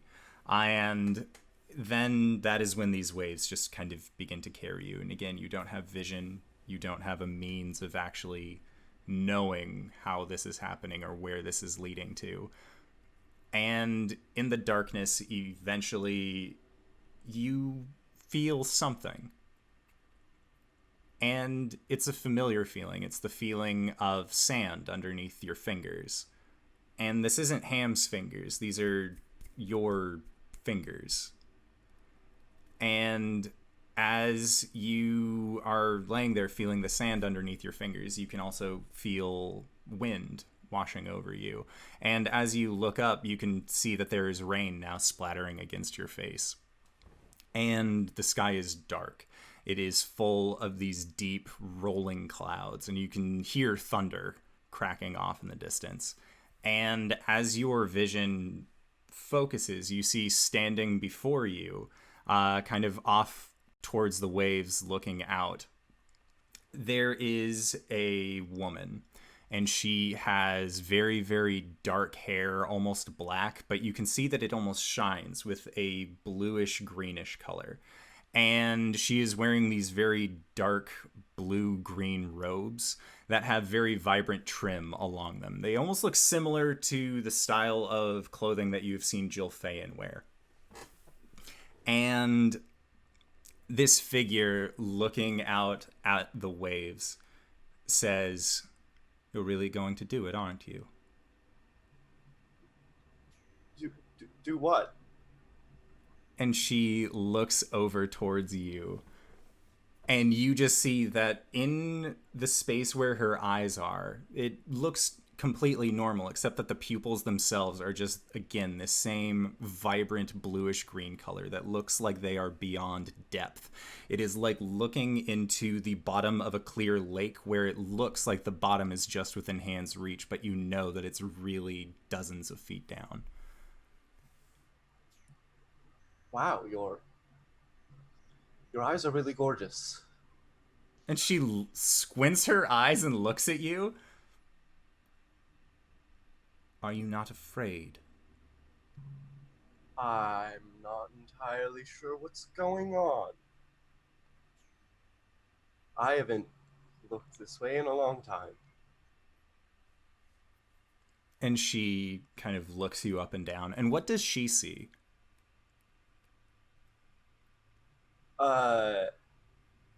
Ulman has a, like, kind of round, soft face. His hair is kept short and kind of looks constant bedhead. He's got kind of large ears and a big old nose. But he's charming in a very woodsy sort of way. And she says, normally when people wash up on my beach, they grovel, give me offerings, demand salvation, and yet you compliment me. You know who I am. I'm guessing?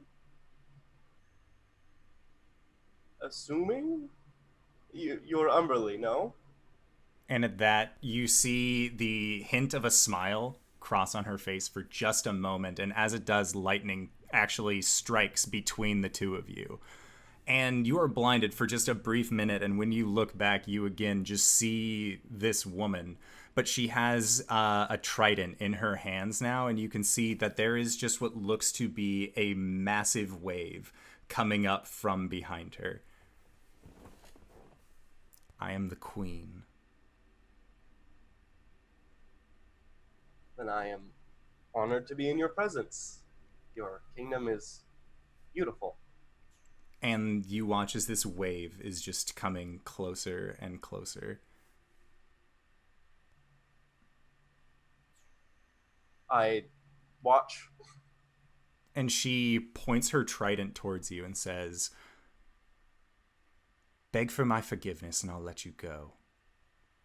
You were stupid enough to die in my seas. Don't know what I did that needs forgiving. I mean, it really wasn't my choice to jump from the cliff, though I did encourage him to do it. And as far as I know, I'm not dead because I can't drown.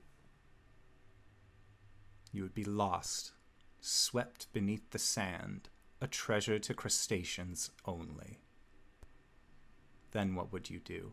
And the waves are much closer now. They seem like they are about 100 feet high, just wrecking the countryside, seeming to have come from some place far inland.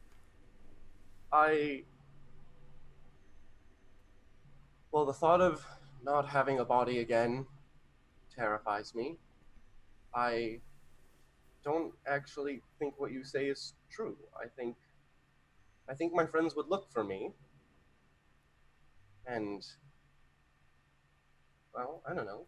At least one of them's good at swimming and knows what to watch out for.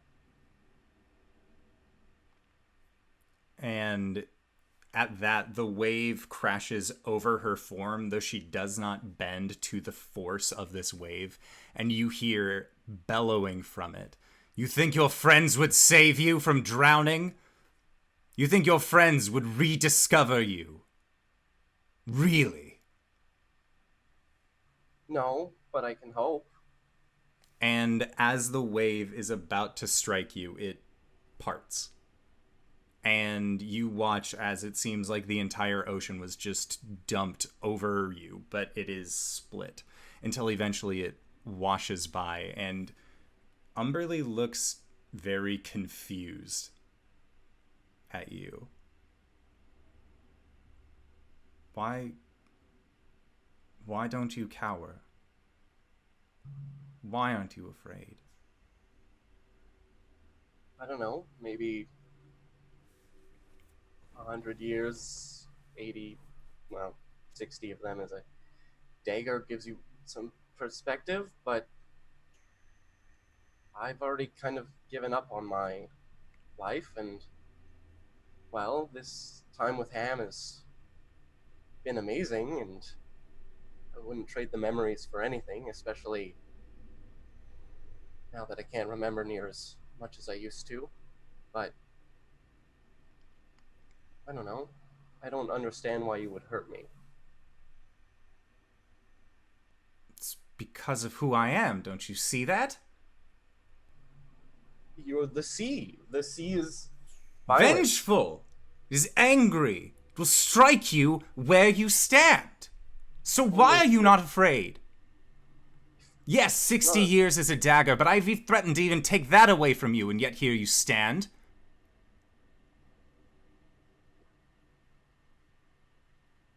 I don't think the sea is something to be feared. You're as natural as anything else. And You just demand respect, which should be given because you are dangerous. her shoulders kind of slump. She still has a fierce grip on her trident, but she just looks at you, and you can see that the much more godly visage that she had before kind of falls away, and standing before you is this what looks to be almost like a half-elven woman. Like, there is some sort of elvish heritage there, but there doesn't seem to be any kind of full one way or the other. And she says,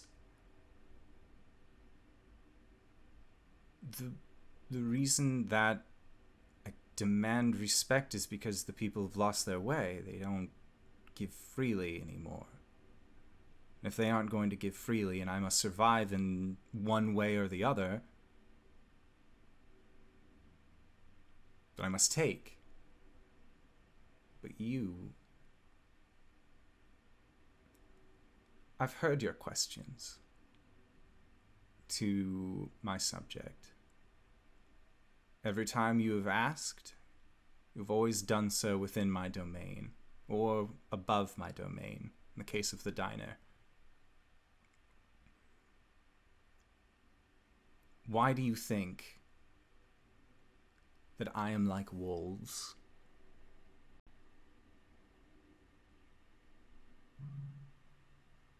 I think that the sea is part of the natural order, just like the wolves are, just like the land quaking, just like the storms. The wolves will feed. In turn, they keep the herbivores from overeating.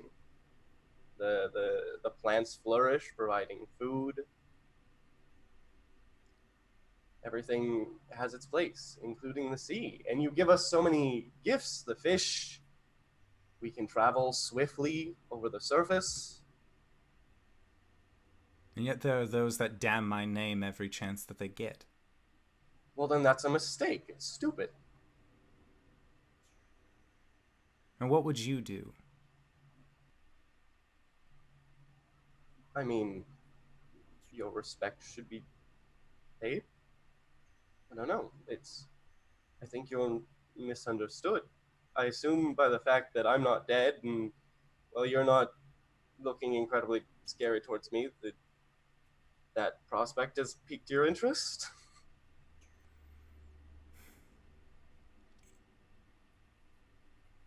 You're a very interesting man, Ulman Dark.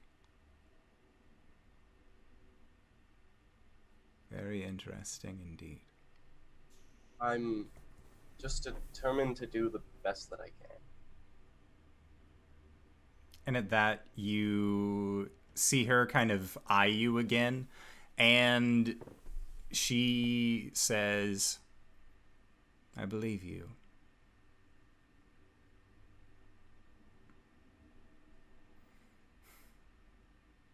You will pay your respects. Of course. And I bow, forehead to the ground. And as you do, she says, ensure others do as well.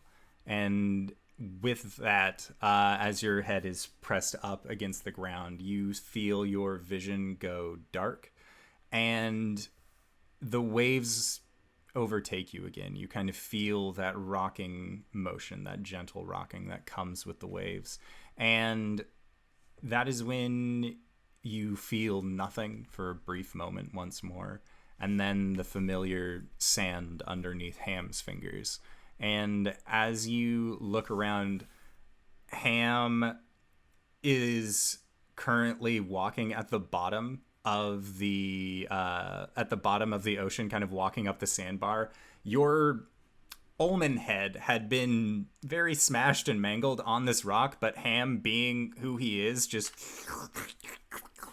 and your face goes back to looking normal, perfectly fine, and you swim up through the waves and then find yourself once more on the shores of Saltmarsh. Hey, buddy. Ham! How you doing? And there is just a sense of exhilaration. Like, you can feel the place where your heart would be. Like, it's bumping, but in the same way as you had kind of made it during the encounter with the Ak Inc. crew. I'm glad you're having a good time. I had an interesting experience while I was gone. I don't know if you noticed. And the feeling that you get back is hungry. Yeah, we'll get you some food. Maybe a massage. God, I would love a massage. Ham We've doesn't got know some- what a massage is. You would love a massage too. Really, it's great.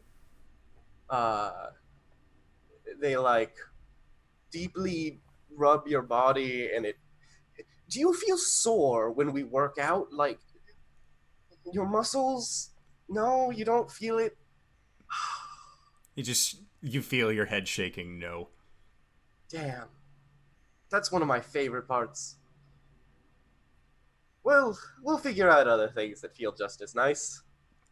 You enjoy this, maybe let's not jump from such a height next time. Or inspect the landing area first to make sure there's no rocks to smash into. And the response that you get was is kind of like the rock itself was one of Ham's favorite parts. Alright, well, just ask next time. I'm sorry. I've been ignoring you with all this going on.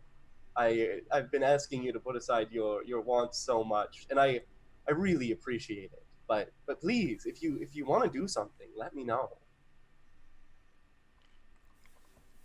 And Ham just smiles broadly, and you can feel the smile. And the very few people who are still out just look at you having this, like, nods, smiles, says a few lines to yourself. They think you've lost it. They have watched you swim up from the shore and are currently talking to yourself. So weirder things have happened in Saltmarsh today. But you manage to make your way back to the ship and find yourself a decent night's rest. And then the next morning, you are all able to wake up without issue. Ulman, it is going to take you about an hour longer to get your rest compared to everybody else, but there really doesn't seem to be any issue.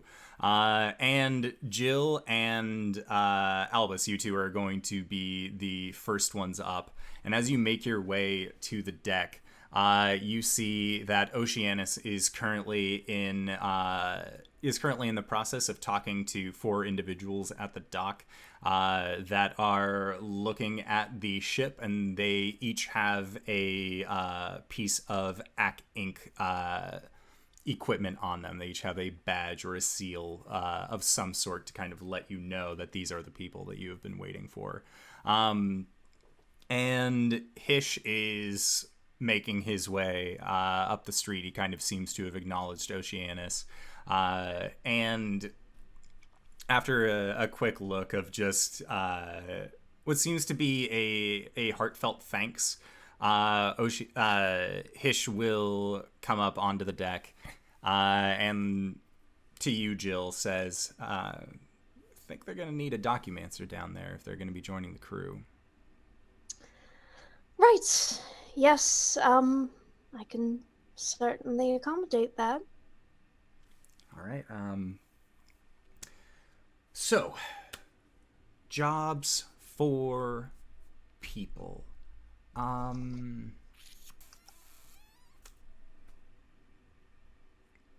We talked about what your job was going to be, Jill?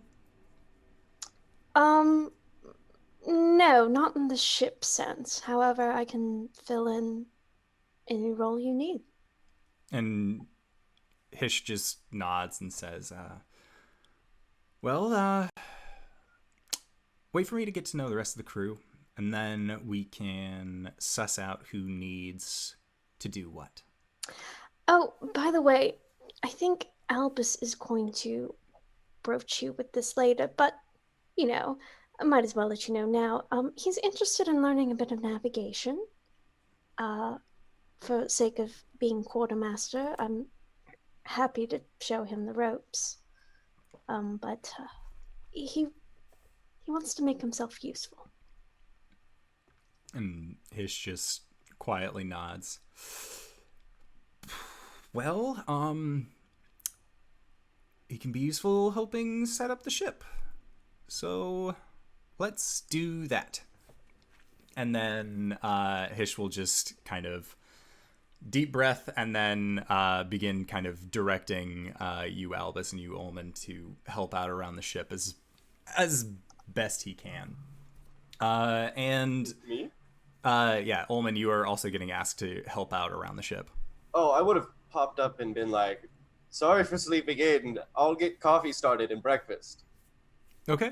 And when you say coffee, you see Hish has this "oh my god, thank you" look on his face, as the smell of it is sure to at least brighten the days of everyone on the ship. And Jill, as you are getting to as you kind of stand next to Oceanus just looks at you and just kind of then looks back down at the ground. He's still feeling a little bit on edge considering everything that came out last night, and also knowing that you knew, and and he feels like as a cleric that's really weird that you're okay with this, but he's not trying to make a big deal of it.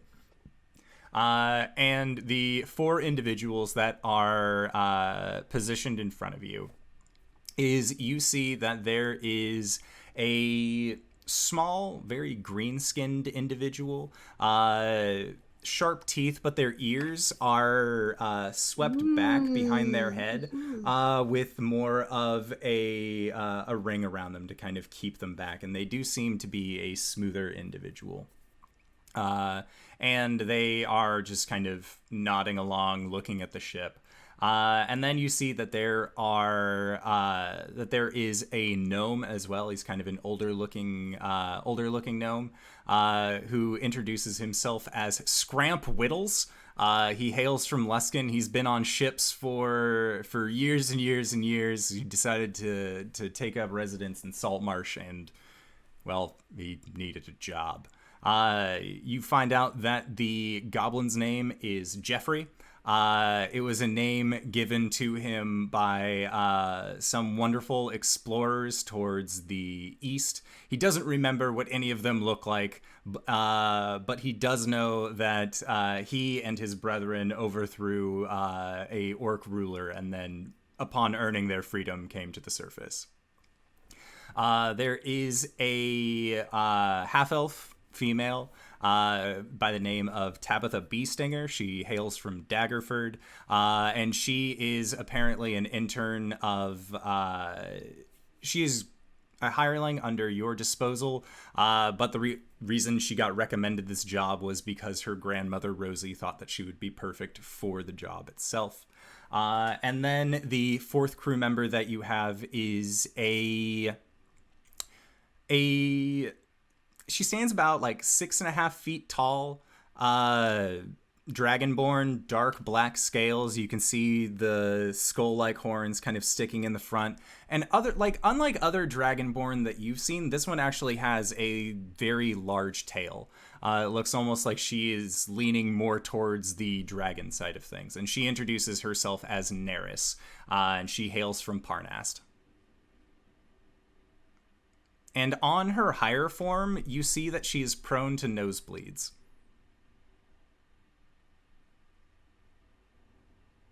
I love it. Okay. Good to know. And it seems like they are all more than willing to begin helping out on your guys' ship.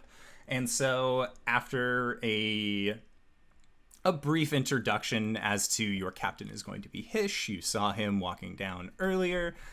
Oceanus is our secretarian. If you have any complaints, he's basically like an HR department. He's the only one able to frequently communicate back and forth with head office. And they all seem totally on board, completely understanding, and are ready to actually help you guys out in terms of getting the ship ready, and they all come aboard. So Albus and Ulman, you all see these four kind of making their way up onto the deck as well. Ulman, you recognize that there are now 4 extra individuals that are going to be coming onto the ship. So you may need to make a larger meal or at least put on a second pot of coffee. Oh goodness, I forgot there were going to be guests. I have to run to the store. No. Yeah, so after a quick run to the store, quick run back, you guys are able to make meals for everybody, get everybody their coffee. And these interns, Tabitha seems to really enjoy this breakfast and coffee thing. Neris seems like she could definitely get used to it. Scramp claims to have already eaten on the way in, and Jeffrey insists that he does not eat breakfast. He believes that it is a ruse that was created by the orcs to trick them into eating more. Have you considered eating brunch? And Jeffrey looks over at you. What is brunch? Oh, my good friend, the glorious meal of brunch. It's a meal that takes place directly between breakfast and lunch, giving you the option to eat either food.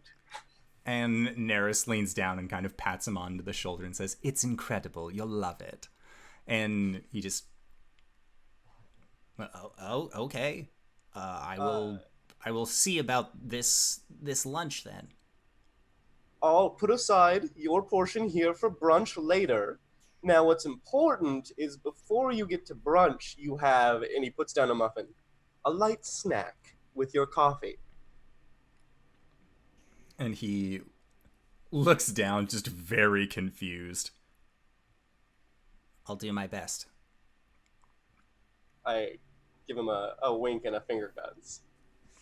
All right, and Hish will start directing the new hires, post coffee and eggs, to help out around the ship. And at that point, Jeffrey ends up looking at the coffee, kind of puts his hands around it, realizes that he has left it undrank for too long in the prospects of possibly having this at this mythical brunch hour.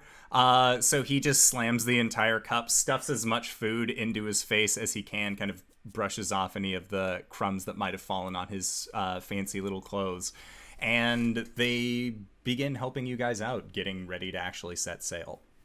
And it only takes about 45 minutes after you guys have actually gotten everything together to begin pushing away from the dock. So before we leave, was there enough time to go to the faithful quartermaster and check on my studded leather trench coat? Yeah, it is definitely ready for you. Cool. I get that before we leave. Yeah, Ulman actually had to run to the faithful quartermaster to get seconds in for your guys' breakfast foods. So he would have been able to go out, make that run, come back for you, no problem. Cool. All right, so yeah, you guys push out and begin making your way south.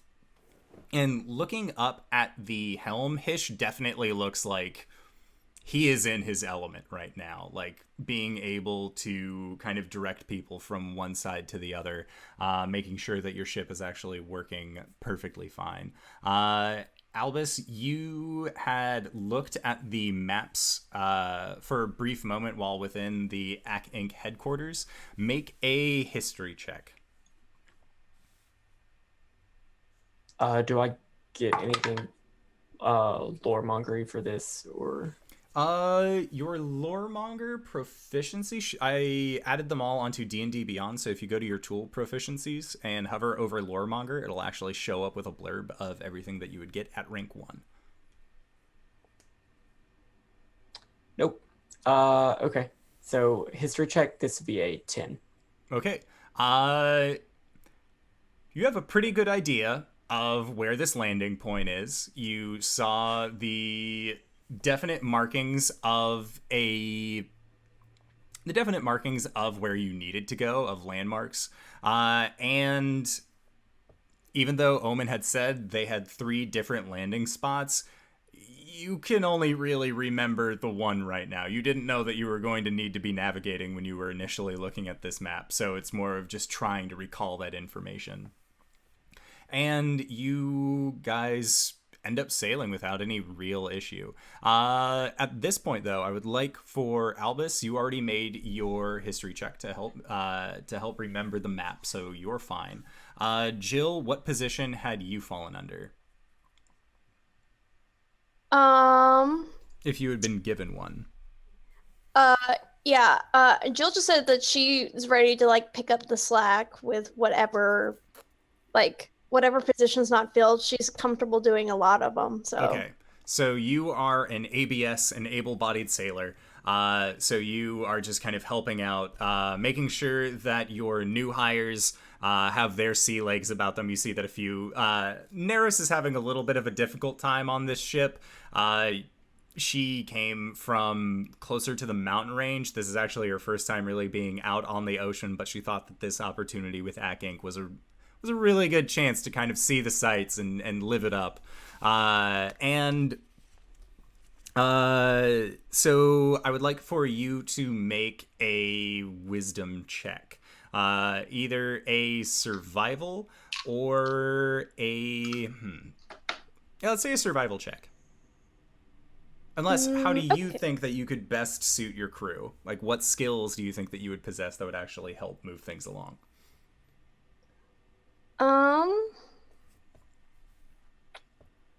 I mean, survival wouldn't be bad, I don't think. Yeah, maybe survival, or maybe just like insight to like see like when crew are starting to feel uncomfortable or unsure, and just coming over and be like, "Hey, let me help you out." I like that. Make an insight check. Okay, that is I scrolled up a bit. 22. Okay. Yeah, so you are definitely able to help out these crewmen. You see that, like, one of them looks like they are getting ready to kind of take a break, possibly go and get some water, and before they can even really break, you are already there with their, with water, with everything that they would need to kind of keep themselves comfortable, continue working. And then, Ulman, how do you feel you could best serve the crew? As Hish is doing his best to kind of give everyone direction. And it seems like the crewmen are actually almost coming to you second to try and see if you know anything that they need to do if they can't find Hish. Almost like a middle manager, but it's mostly just because you are dressed so much for the part that they really, like, they feel obligated to ask you. I think because of that, I feel slightly awkward, and I make myself scarce in the kitchen. Okay. So cleaning up from breakfast and, like, making sure that people have snacks and stuff if they need to stop in or whatever. I'll say make a stealth check. Help the crew by hiding. 19? All right, so whenever anyone comes in to try and possibly ask you for something or try and get you to help out in terms of like heavy lifting or anything that you feel like maybe not for me, you are expertly able to like put up, like, create what looks to be a stack of barrels in a corner, so that way you are just kind of hiding around them. It is just a thin sheet in the style of these barrels, but with your gelatinous mimicry abilities, you are able to kind of very easily just make yourself look like set pieces whenever anybody comes in. But you do manage to keep working and make sure that everybody has everything that they need. Jill will come by every once in a while to grab some kind of food or some kind of water, and every time, Jill, you open up the door, you just don't really see Ulman in here. You hear him working, but you never see him. Oh, Omen, are you in here? Shh! Don't tell the other crew. Why on earth not? A stack of barrels like suddenly rotates sideways and is like disappears in profile as Ulman's arm like has a weird ass shield on it. Because they keep coming to me like I know anything about sailing and asking me what to do. And I don't know what to tell them, so I'm hiding and making sure that things run smoothly here so that they go to Hish, the captain, and not me. Okay, well, one, I'm highly offended they wouldn't come to me next. But two, are you getting out of doing work? Do you realize how important the work I'm doing is here? Keeping people fed, making sure the kitchen is clean. A hungry crew is a hangry crew, and a hangry crew is a bad crew. I'm glad you're playing to your strengths. I mean, if there's something I can really do, let me know. Just, I felt uncomfortable with people continually asking me what to do and me not having any answers for them. It's fine. Just redirect them to me, and maybe they'll get the hint. Gods. All right, is there anything you need while I'm here? No, but you look like you could use a cookie. Well, yes, I could always use a cookie. Do you have any? He offers you a plate. Oh, thank God. Okay. Right, I'm just gonna take a few of these to go. Yeah. All right. You have like there was like a small dozen cookies on the plate, and after Jill leaves, Jill, how many of these 12 cookies have you taken with you? Probably like 4. Yeah, there's just there is noticeably less cookies on the plate after Jill leaves. Especially because you had been offered one, so a total of 5 are currently missing. But yeah, so Ulman just begins directing people towards you, Jill, whenever they come and approach him asking what to do. And your guys' travel eventually goes off without a hitch, and you manage to kind of sail along the Sword Coast without any real issue. It's actually kind of a nice day out. There are some of those large white billowy clouds just floating in the air, and Ulman, as much as you kind of want to go out and enjoy the spirit of adventure on Oliver's Triumph, you're just, man, you don't want to deal with people. You got a nice porthole you could just sort of look out through. That's nice. And after about 5 hours or so of sailing, kind of getting everything together, you guys end up seeing actually make perception checks as you guys are kind of sailing along the Mire of Dead Men. 13. Okay. Oh, fuck. What is that? That's good. 25. Okay. So 15, 25. Give me that 25, but take that 2 off the front. Okay. So, Omen, I mean, you're in the kitchen. It's really not that big of a deal for you. But as you were looking out across the mire of dead men, you see that there are what look to be humans, but they seem to be much more shambly. There are, you can actually see walking skeletons as well. It just seems like this mire itself is just ripe with undead. And as your crew actually looks, they all just sort of shake their heads. The tales of the mire of dead men is actually pretty well known throughout the realms, in that there was a large battle that occurred here, and there's just some there's some pretty bad magic after the, I believe it was the second sundering that caused the spellfire, and the kind of chaotic magic that was released with that kind of helped bring these skelly men's and zombos to life. So it doesn't look pleasant, but you guys continue onward, and you see them intersparsely, but you don't necessarily see a lot of them. And eventually, Albus, you see that there is a inlet that eventually you guys kind of reach, and it is around it's around a jutting piece of land, and you recognize the landmarks in your area as actually the this is the landing location that you were given by Omen, or at least the one that you remember.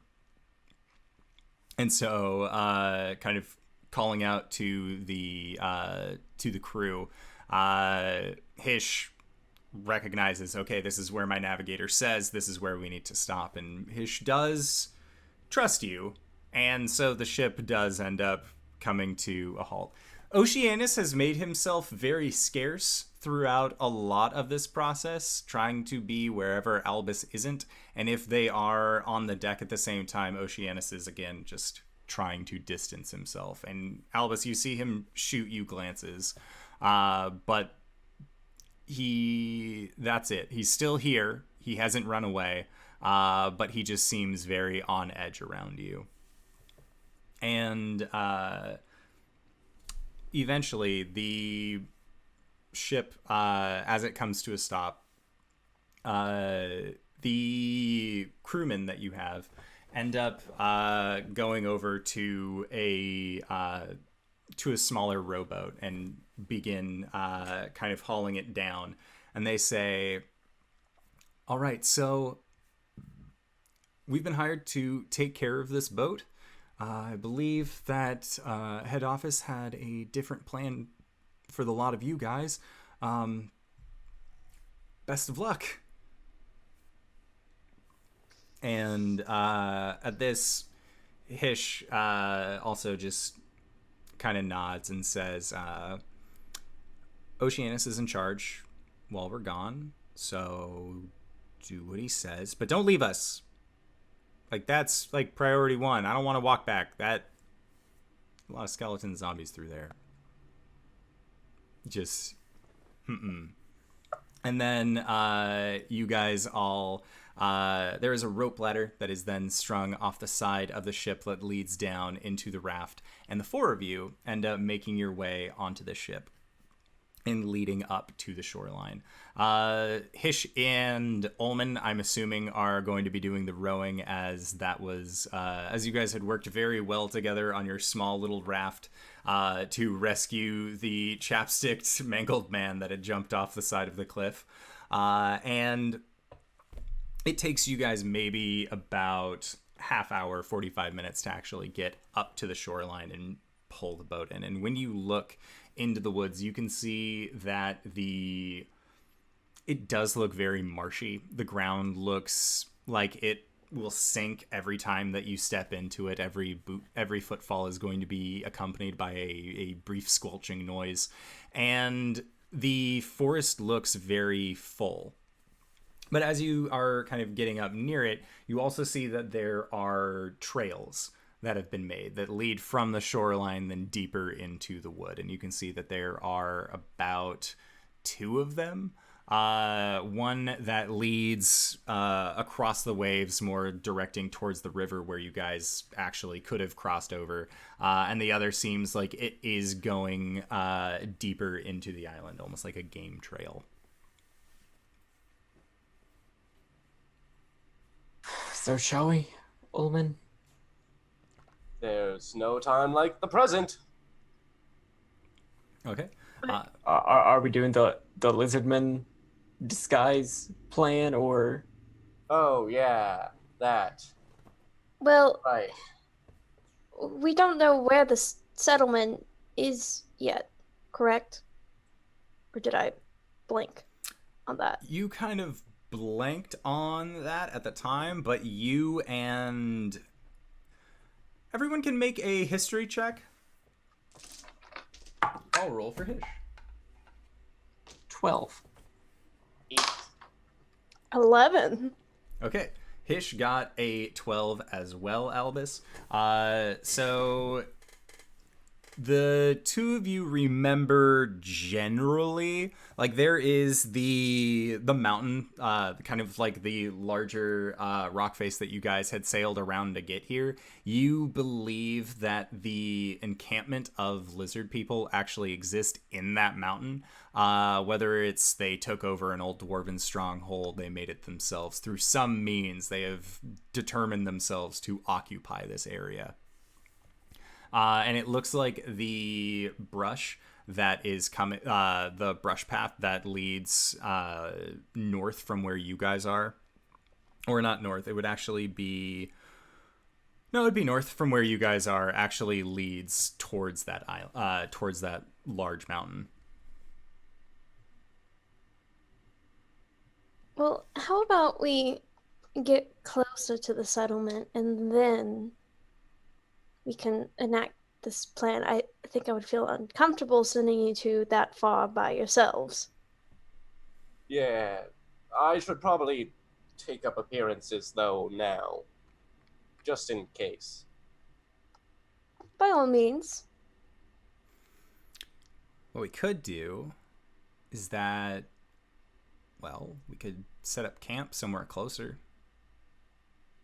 At least have a rendezvous point. That way, if you guys end up getting screwed, at least we'd be nearby to save your asses. Certainly. Alright, well, might as well get walking then. And then Omen, Hish will actually ask for your help in kind of hiding away your guys' raft. At least covering it with foliage, just sort of making it look more inconspicuous than, there's that ship over there. There's that little ship here. I wonder who that belongs to. Like, just to try and make it seem a little bit more covert. So make a sleight of hand check with advantage.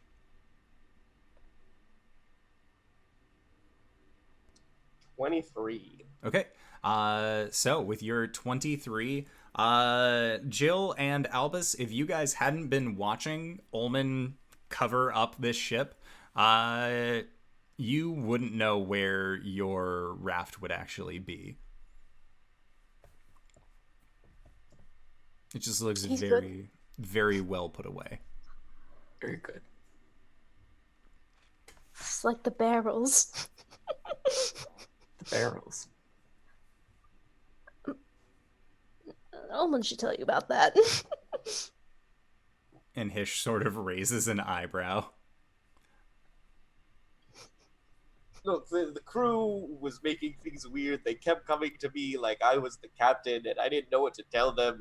So I snuck down back to the kitchen, made sure everyone was fed, and I, like, make my arm into the barrels, like, in alignment with them, and then I turn so that it, like, looks like the disguise. And Hish just laughs to himself and says, "Oh, you know, a reason that they get confused is because we both kind of looked the part, but you got rid of your robe, or your cloak, so maybe that's what we should do. Just whoever's wearing the fanciest cloak on board.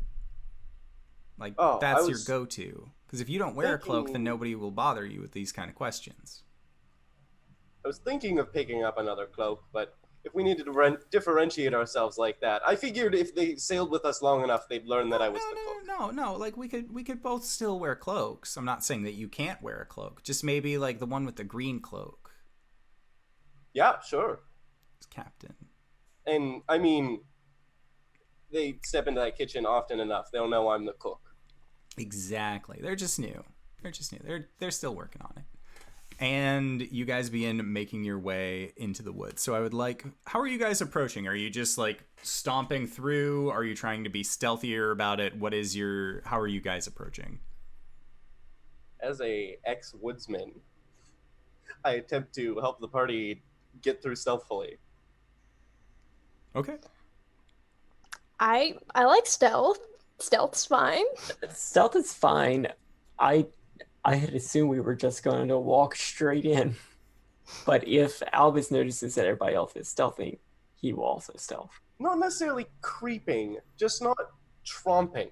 Yeah. The happy medium where we're moving decently quietly and paying attention to not stepping on branches and things like that. Okay. Everybody can roll a stealth check then. 13. 14? 13. 13.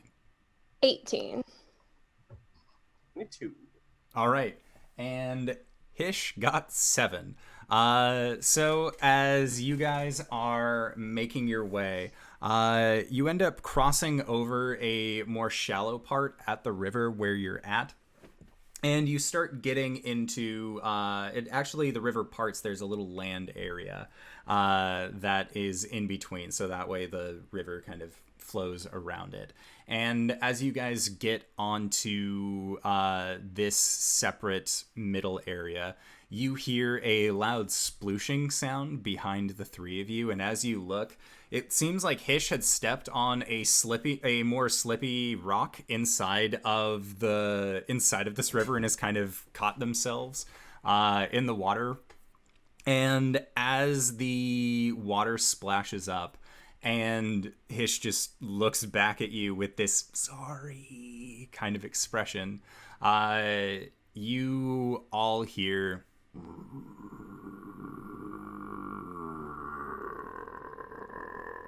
just coming from slightly across the river from where you guys are at. And that is where we are going to call it for tonight's session. I'm sorry. What did I hear? Zombies! Yes. Bullfrogs! Clearly, Zombies, hopefully, bullfrogs. Oh, geez, Scoob. All right, so I would like to say thank you to everybody who decided to stop by. Thank you to these wonderful players for putting up with my bullshit week after week. Dingo, we missed you. And you can find, normally we do sign-offs with the first person there, but since Dingo's gone, you can find Dingo at _the_table on Twitch. I don't know what days. And Katie Faze's game on Monday. I don't know the times, but I know both those places. So Monday is it starts at 7 my time. Wait. No, 8 my time. And then she's also in a game on that channel on Tuesdays. It's a Masks game. I forget the time. Check it out. If you want more Dingo, go find those channels. And then also here for Saltmarsh. Kiana, where can we find you? What do you do? You can find me on Twitch, twitch.tv/Reeves_bot, where I play video games with my friends. And, you know, if other people stop by, great. That's great. On Wednesdays, I am trying to play through my whole Steam library, 3 games at a time, an hour each. I decide if they're worth investing more time into or not by assigning Needle and Haystack. That is 5:30 to 8:30 Wednesday nights, and then on Sundays I play multiplayer games with my friends, specifically like long campaign stuff. We did Borderlands, and now we're doing Divinity 2, though this week we aren't going to have a member, so we're going to play something else. Come join. It's 10 a.m. to 1 p.m. Pacific Standard Time, Sunday. All right. And Cyber, where can we find you? What do you do? Hi, I'm Cyber. I am on Twitter at CyberWolf121. I tweet about stuff, usually shit posts, but sometimes I tweet about whenever I go live on twitch.tv/CyberWolf121, where I play video games so badly, but try to talk about the lore and world building. Right now we're playing through Watch Dogs, and I learned how I thought that I couldn't be a worse driver in a video game than I am in real life. But in real life, I haven't committed vehicular manslaughter. So that happened. Archives of that go up to a YouTube channel that has a horrible URL, but you can find it in the doobly-doo there. Consider subscribing so I can get a better URL eventually.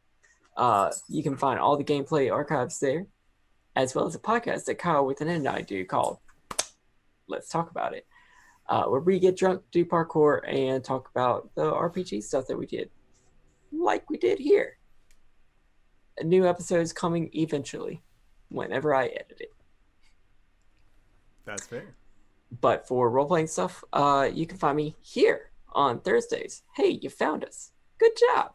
You can also find me here on Mondays in the Four Keeps campaign playing Arjan, the Black Dragonborn blood hunter with a dragon dad who is real scurry. Yeah. All right. And Kylan, where can we find you? What do you do? Hello, everyone. I am Kylan, otherwise known as Kyle with an N on the Twitch and the Twitters. I stream video games on my Twitch channel on an irregular schedule, so check my Twitter to see when I'm playing what I'm playing. Right now I'm playing through the Phoenix Wright Ace Attorney series. A lot of fun. In terms of RPG content, you can catch me, like I think I said before, Mondays, 8 p.m. EST on twitch.tv/KDPhase, playing through City's Edge, a Monster of the Week campaign. So that's a lot of fun. Yeah, and this and that are the only things I am doing at the moment. More things to come soon. Also, please check out Let's Talk About It. It's available on YouTube. It's available on Anchor.fm. It's available on Apple. I think it's available everywhere except Spotify. Yep. Yeah. So thanks, guys. Excellent. And if you have made it this far, you probably already know who I am. But if you don't, hey fella, what's up? It's me, your buddy, your pal, your friend, the Indoor Adventurer, the showrunner here at Indoor Adventures, Monday, Tuesday, and Thursday at 5:30 p.m. Pacific Standard Time, as well as at 11 a.m. on Saturdays. That's our community day now, because Wednesdays weren't working for me in the meat space, so we switched it up. Other than that, we put all of the VODs for these shows up at youtube.com/indooradventures, or you can find us on anywhere there is audio casts under the same name. And it would really mean a lot if you guys put a review or left some comments or something like that to let us know how we are doing. I like reading them. I like sending the comments that you guys send us to our players. It's really fun. Yeah, other than that, we have a Patreon set up as well as a Discord. The Discord, you don't necessarily need to join us on Patreon. But if you follow the link in the description of this Twitch video or in the chat that I am going to post right now, then you can possibly join us on Discord. Also, additional reminder, I should probably have said this earlier, but for every follow that we get on this channel between now and the end of July 27th, I am going to be matching with some monies so that way we can help out some people in need. Other than that, we got our after show, Nights in the Courtyard, where we answer questions not only from each other, but also from the community at large. And I feel like there are some pretty good questions that are going to come out of tonight's episode. So consider going to patreon.com/indooradventures if you would like to help support us there. But with that, guys, thank you again so much for playing every week. And thank you to everybody who decided to stop by. And we will see you guys next time. All right, everybody. Bye-bye.